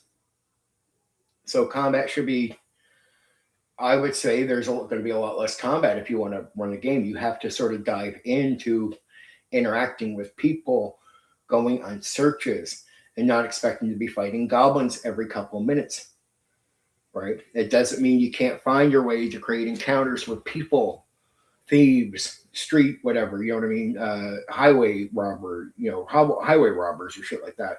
Doesn't mean you can't run the pirates. But you definitely want to cut back on the combat because you won't have the same, especially if you're eliminating a lot of the magic, you'd be eliminating a lot of the healing maybe, right? Or you could even have it where, well, just imagine they have all that herbal healing the natives do. Well, imagine if you just wanted to make that real. So just adjust some of the healing they do, but actually make it provide hit points. You know what I mean? Like, that'd be a cool way to adjust it. Like, if you don't have a lot of cleric healing, maybe you could have all these techniques used by the natives actually where the healing actually gives hit points back. Like, it's effective in that way, right? Just so you could have a game where people could still somewhat get healed from, say, battle or whatnot, right? So that'd be cool. And it wouldn't take much adjusting.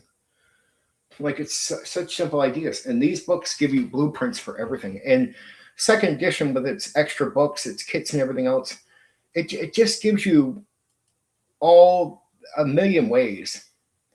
Loot Crusades setting would be cool. Could be problematic with some crowds, but all the politics should not be brought to the table. Well, you're looking at history too. And you just make sure that the people you're in the game with are okay with it. Like, just think there's a good chance you're not going to run into anyone who's going to, most likely you're not going to run into anyone who's going to have an issue with doing the real history. There's actually like a minority. See, this is what I have to warn people about. The people that would have an issue with a lot of this stuff is actually a minority. And you would know this if you went to the 5e world. Go talk to a lot of 5e people, right? And you'll find out, oh, you don't care about most of the stuff? No, just the people that do have really loud voices are a minority. You're uh, like it makes sense. Like it makes a lot of sense that the so-called blue hair people are a minority. So when you're fighting the woke, just say let's separate politics, but it's just on the real. You're almost fighting nobody. You're against WotC and the minority of people that they prop up, and that actually represents a minority of the gamers in that world. Oh, of course, Philo. Of course. But isn't it great that this would give you the information you need to take advantage of the books that you did read and the podcasts you do listen to? Like, here's a blueprint. So instead of just listening to the stuff, and it gives you the blueprint for gaming with it. But now, if you're someone who read the books, like yourself, someone who's listening to the podcast, doesn't that make your effort there more valuable? You have a blueprint to turn this into gaming. That's what these books do for you. So, like the Roman book, for example, say you're someone who's read Rome and you listen to the podcast, it gives you the blueprint for gaming with Rome. Now, the extended stuff is valuable. Now it's gold. But you have to admit, the books, the blueprint for gaming with this stuff, that is super valuable. It's not like the podcast is going to tell you how to run Rome with D&D, right? So it's the idea is these books combine, and I do agree that you should do this, but combine with it, first off, yes, reading the books and the podcast are valuable, but they're a lot less valuable if you don't get blueprints like this. So I would tell people go print, go buy secondhand, right? Go do something if you really want to get into this stuff. And I know so many people out there that want to. But yeah, so what I'm saying is, Coochie, is just have a talk with the people. And if you find a group that are just cool with it, just say, like, look, guys, there's going to be controversial stuff in this. Are you cool with it? Like, let's not make a big fuss about this. Like, don't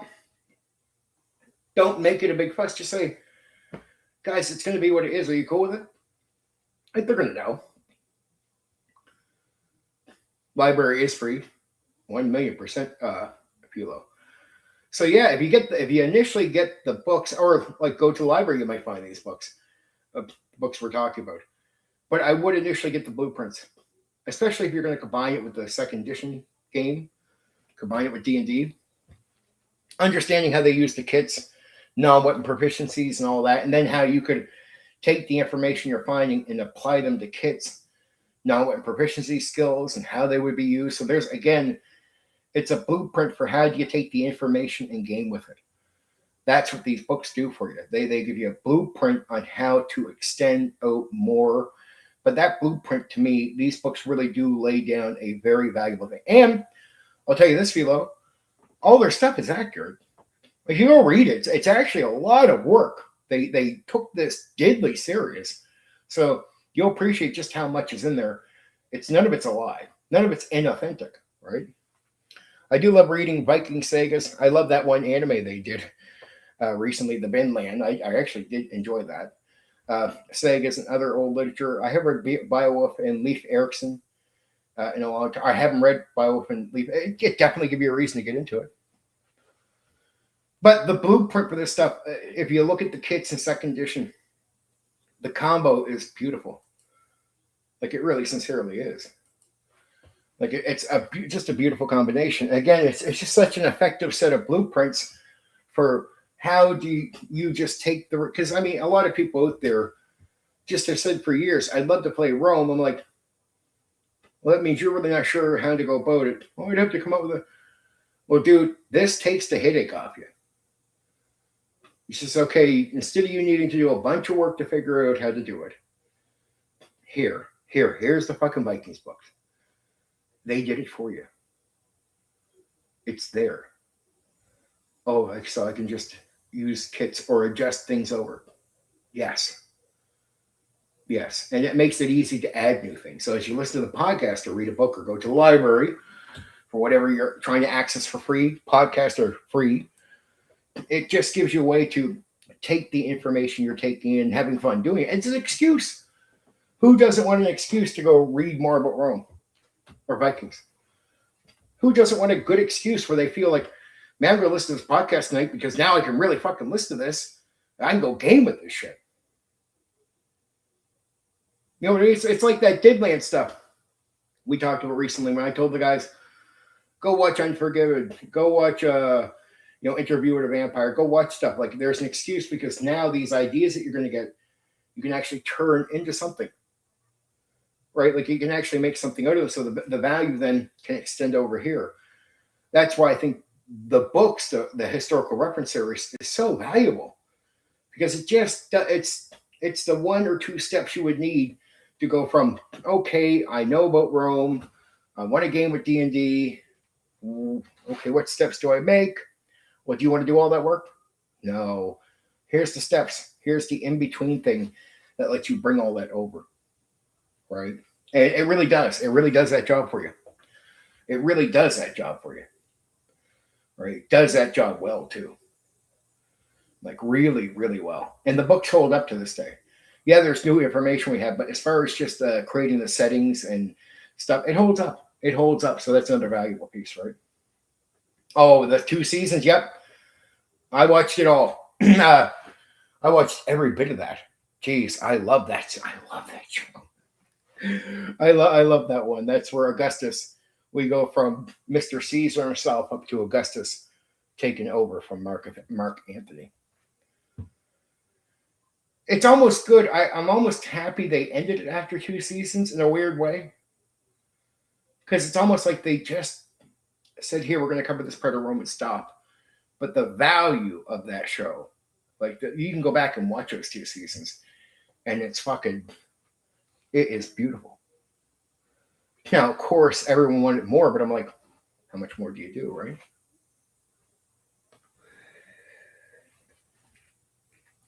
Okay, guys. Let's see.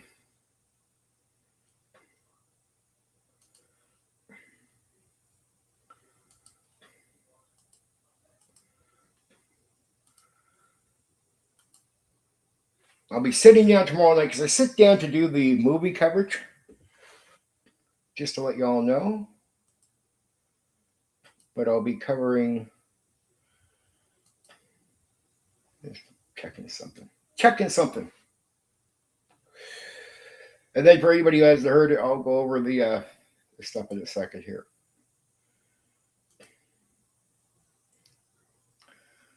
So tomorrow night, I'm covering on the other channel. I know there's some nerds here. Blade Runner.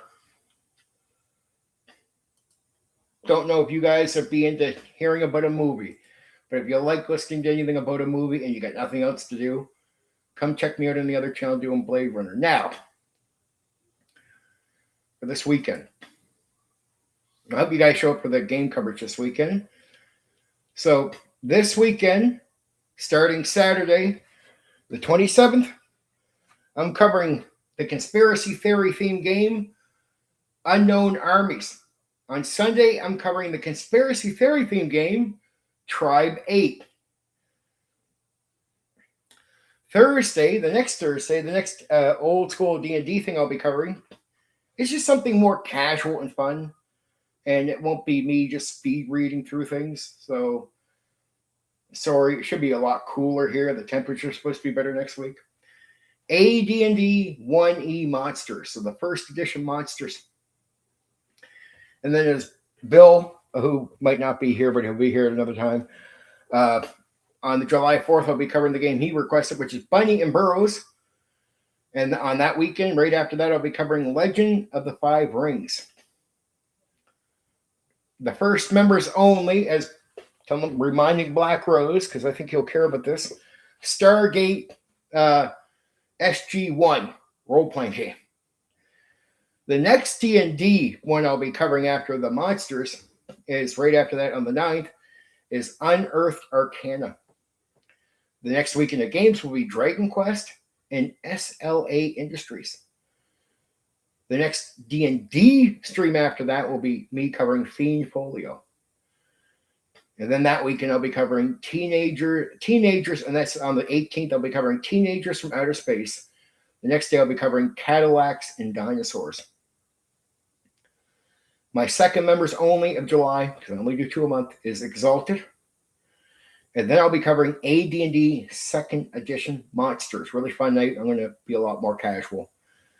The last weekend, the last 2 games I'm covering for July is Conspiracy X and Ars Magica. The last stream of the month will be on July 30th.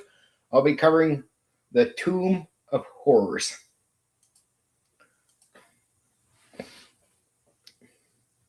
Actual book's $89 USD on some other sites, unless you have money to drop on that. Yeah, I hear that. I wanted to see Octavian become Emperor Augustus. I hear you. I will get some of the intelligence agencies' watch list with all the conspiracy stuff. I know. I have a feeling I will. Like, it's I'm only covering games, but maybe they want to open the games. they might actually want to open the games. I almost hope they do, but I'm like, I have been covering the Paranoia one. Was awesome to cover. I mean, I know there's not a big audience for some of those games, but it is sort of conspiracy season right now with all the stuff going on. So I figure it's just like the last couple of months I've been like hitting on these, and I purposely played a lot of them because, as you can tell, Philo, the reason I played a lot or ran a lot of them was I liked them. I do. Like, Cyberpunk is more like, Philo, you know this. Cyberpunk is very conspiracy. I mean, you have to be a Cyberpunk person to know that, right? But if you haven't dug into Cyberpunk, holy shit, holy fuck, right? You know what I'm talking about too. So you should understand if I ran Cyberpunk, there's a reason, because I like the conspiracy games. It's not because I'm just into conspiracy. Oh, even though I don't mind the topics, I like the games. I like that sort of take on the world, like, you know, turning that into something. I like the what ifs, the secrets, the hidden things. I like the craziness around conspiracies. And I've always assumed that they would be good for gaming when I was young. I knew they would, so I started digging into them. And they were. Paranoia was awesome. Unknown Armies is good. Tribe 8 is good. Conspiracy X is really good. But a lot of people don't know that Cyberpunk is see, as soon as I mentioned, I knew you would be like, yeah, he's right. Like, if you just think Cyberpunk is just a cool game to play and you don't stop to think that there's a conspiracy gimmick to it, it would tell me right away, well, you'll be surprised, but that means you really don't know Cyberpunk, right? One of the reasons I like Cyberpunk, the same reason I like Paranoia, is there is hidden agendas, like you say, and there's a lot of things in Cyberpunk, when you look at today's world, you're like, man, that guy predicted a lot of shit. I mean, you know, and that was on purpose too, because there's a lot of conspiracy ideas that are in Cyberpunk, more than people appreciate, way more than people appreciate, predicting the future because of how things were going. And how would you predict the future so well at so many levels without being into that stuff? There's no way. There's no way. And you could find it. You know it's in there. You dig into Cyberpunk, you keep running into it like, see, but now me and you know this, Philo. But you got to be really into the Cyberpunk thing to really dig into it and go, holy shit. Like, yeah, this is, I would say Cyberpunk would pass as a conspiracy game. Easy. Once you dig in and understand it, you realize, yeah, this is conspiracy. Big time. Actually, probably, again, I would say even more so than people would ever imagine. Like, more so. And you can just tell from the predictions and the way it's going to go. It's like, yeah, Jesus fuck. Like, this is not. And if you check back at the talk at the time, Pilo, here's, well, I know it's conspiracy. Go back and look at what conspiracy theorists were saying at the time. And then if you look at the old conversations and then you look at cyberpunk, you realize it especially like it definitely predicted things. But go watch the panel talks, the old conspiracy theorists, like a lot of conversations that don't happen now. It will shock you just how much cyberpunk lines up with the guys and what they were saying back then.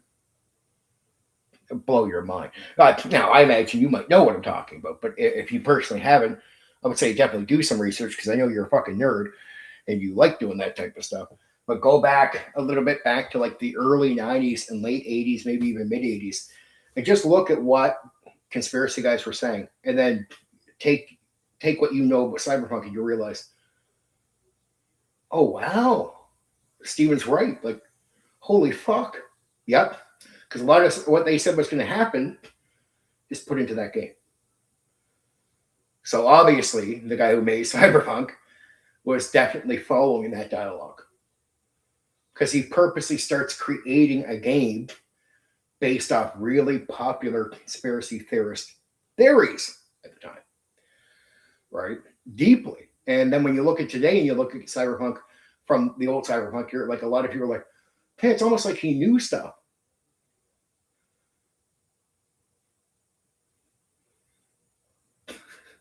It's because the guy was probably, I would assume, deep into the thing, right?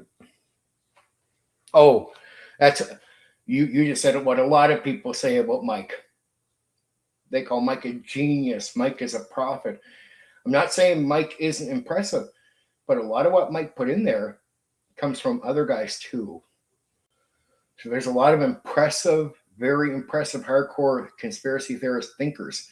Go back to the mid 80s, late 80s, early 90s, and check out what these guys were saying. You realize, oh, Mike definitely was listening to these guys. And he started developing a game, I really believe, based on a bunch of it. And so when you look at his game, like guys would be in the 80s saying, in the next 20 or 30 years, this is going to happen. So Mike is a prophet, but so are a lot, they say so are a lot of the old theorists are prophets because go to their talk and they're saying how the future will be this and the future will be this. And Mike suddenly brings it again where he has painted a future based on the predictions of a lot of these very popular conspiracy theorist guys. And he himself was definitely into the fucking topic, right? But it is interesting, actually. So if you have never looked back at that, that's why I say that's why I personally got into cyberpunk, because I was into paranoia. And somebody just said to me before I tried cyberpunk was, yeah, like they said Mike Smith is a conspiracy theorist guy. Or Pine Smith. I was like, is he? Like cyberpunk is a conspiracy theorist guy. Like sort of themed, if you get it. And I went and checked it out, but the reason I knew about it was because I knew guys at the time. See, I have 7 uncles. So many are dead now, but I have like 7 uncles. And so I had a bunch of uncles back at the time alive, and they would take me, some of them would take me to different parts of Canada so we can see speeches by conspiracy theorist guys. It's a real thing. Not lying to you. Not making that up. And because they were so into it, it got me into it, even at a young age. And then that interest turned into me running certain games on purpose, like Paranoia. All these conspiracy theorist games. So obviously I'm going to line it up with my gaming, and then to sort of look at cyberpunk going, holy fuck. And then seeing that there was a bunch of games out there that just went on the topic. So it's good for gaming and fantasy. And sometimes, at a certain point, after a certain point, cyberpunk starts touching just a little too close to home. Or imagine Paranoia. AI and computers. And just look at that game. And then look at the future that followed. You look at it, there was no way you could have just made that game as someone that was in the casual society. You had to be listening to people that were in on the know. AI, the computer friend. Like, and we know some of the future stuff now, which because like these guys treat it like normal. They don't treat it like, back in like the 40s, you'd see stories about flying cars, and you don't really get the flying cars. But we started advancing so much in Neuralink. Oh yeah, but we started advancing so much that some of the guys realized some of the fantastical stuff was not going to be so fantastical in the future. And you could tell they realized it's like the flying car thing barely happened. But later, especially like the early 80s, you start realizing some guys are going, there's going to be fantastical things. These are going to be real. This is not going to be like the failed flying car gimmick. Like these things are going to be real. And they knew it. They knew what the CIA was doing. They knew all kinds of groups what they were doing. And they start making games, realizing they're listening to conspiracy theorists talk about, we're going to have computers and AI. Like guys using AI, talking about AI openly, casually, before the public even understood exactly what they were saying. What, AI, what? What does that mean? Like you see the movie, there was a movie came out with artificial, called AI, artificial intelligence. Go back, and that was all new to people when that movie first came out. I remember people like artificial intelligence, like what, you a computer with intelligence? I'm like, guys, you are so late to this topic. Because I mean, by the end of the 1980s, when I started getting digging in, AI was so talked about so casually amongst certain people, like in that zone, that it was casual. Like it was AI already existed. A lot of people today think AI is like new in the last 15 years. I'm like, dude, we've had it for a long time. Yeah, but a lot of people like you have to look into it or care. A lot of casual people don't know this stuff, and it's not they don't know about AI, but some of the guys are even surprised how fast it advanced. Why do you think when I said a couple of years ago, I said AI is advancing so rapidly right now, we're probably going to have an AI DM. What did a bunch of the old school tabletop role playing game YouTubers do in reaction to what I said? Call me crazy. Said there's no way. Won't happen that fast. I'm like, dude, stuff's advancing with AI every 3 months, dude. Forget 3 years. This is not like it won't be, it's not like the past. It's not like this will happen in 5 years. This shit's happening in your lifetime. Like what used to take 5 years now takes, I mean, even today could take 3 weeks in advancing. That's how fast we're advancing in shit in certain areas like AI. I knew a couple of years ago we were advancing every few months as far as public reports. And I said, there's no way, there's a good chance you're going to see an AI DM. They said the DM can't, an AI can't DM at the time, they said. I said, well, I worked at places, and I really was. I worked at places 2 years ago where I would go in, and there's the public AI that we have, and then there's what you call major companies that purchase special AI. And because we had to get information through the AI, it blew like ChatGPT is nothing. Like I remember back then, like it was like I thought ChatGPT, from what I heard from people, was like doing amazing stuff. When I get to the certain company, I don't want to say where, but we had to work for military cleaning. Went in and they had to use AI for stuff that because I was allowed security checks, I'm allowed in. It was like that, let alone it can DM. It can DM the entire thing right now. I'm like, holy fuck. They are so far ahead on AI. And that was 2 years ago. But guys told me I was crazy. Yeah, it could not DM a full game yet. It was like maybe ChatGPT can't, but what I seen could. I said, I definitely seen it. And I said, I know for sure. 2 years later, now the same guys that call me crazy, they ignore the fact that they call me crazy. They swipe it under the rug. And now they openly talk about AI DMing like it's just a casual thing. I'm like, wait, didn't 2 years ago you call me fucking crazy and there was no chance of it? Imagine playing Paranoia with an AI as GM in front of computer. You could do that now. Yep. 100,000,000% people. You could really do that. Fuck. Look at how the AI acts now. The AI is that. Like the public AI that you could just get casually. It's already started doing something in that vein. I mean, now friend computer is real. We're past friend computer. Let's be real, Philo. We're past it. We're past. Friend computer's old now. Friend computer's old technology. It's not even the future anymore. We're past it.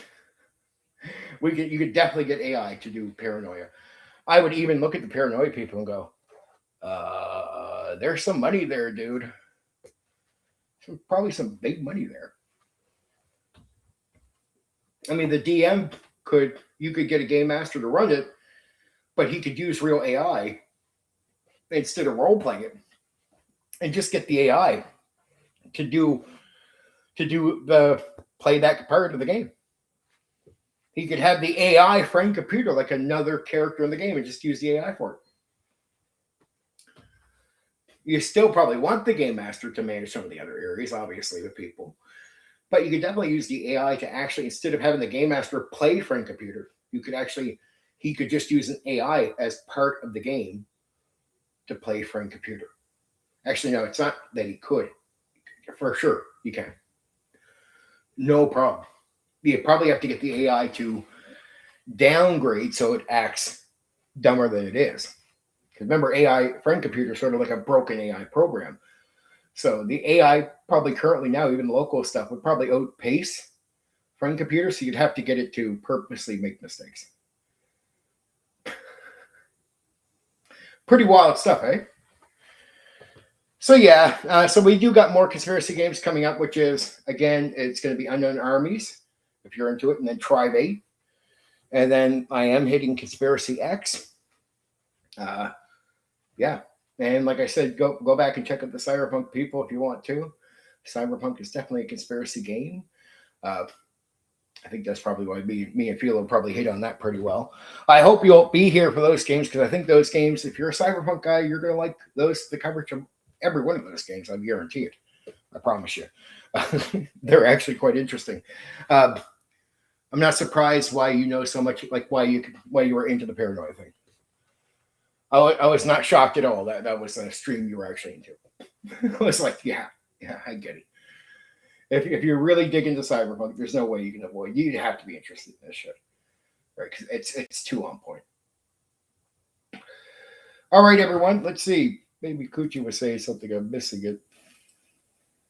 No. He's got that crusade at the end. Okay. There's going to probably be some very boring, mediocre, fat nerd, fat old nerd who's going to try and talk some shit about me. I'm like, all right, dude, just one of many.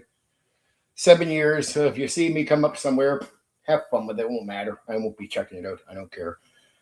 Dime a dozen, and it's not like they have any fucking good content. They have yes man content. That's about all they have. The guy talks about maybe like 2 fucking games. Can't talk about anything else. Boring as fucking piss and mediocre. I'm not even going to say his name because I don't have to. I'll let other people say his name. Not that he matters. Not that he matters at all. Just like all the other guys don't matter that mention me. I don't care how big their channels are. They get giddy if I mention their name. It means nothing to me if they mention mine. If I'm unable to attend, I'll have to catch up later. I hear you. I'll be doing the movie thing, though. Pretty sure you're into that movie. But either way, good movie tomorrow night. Catch up. I love you all.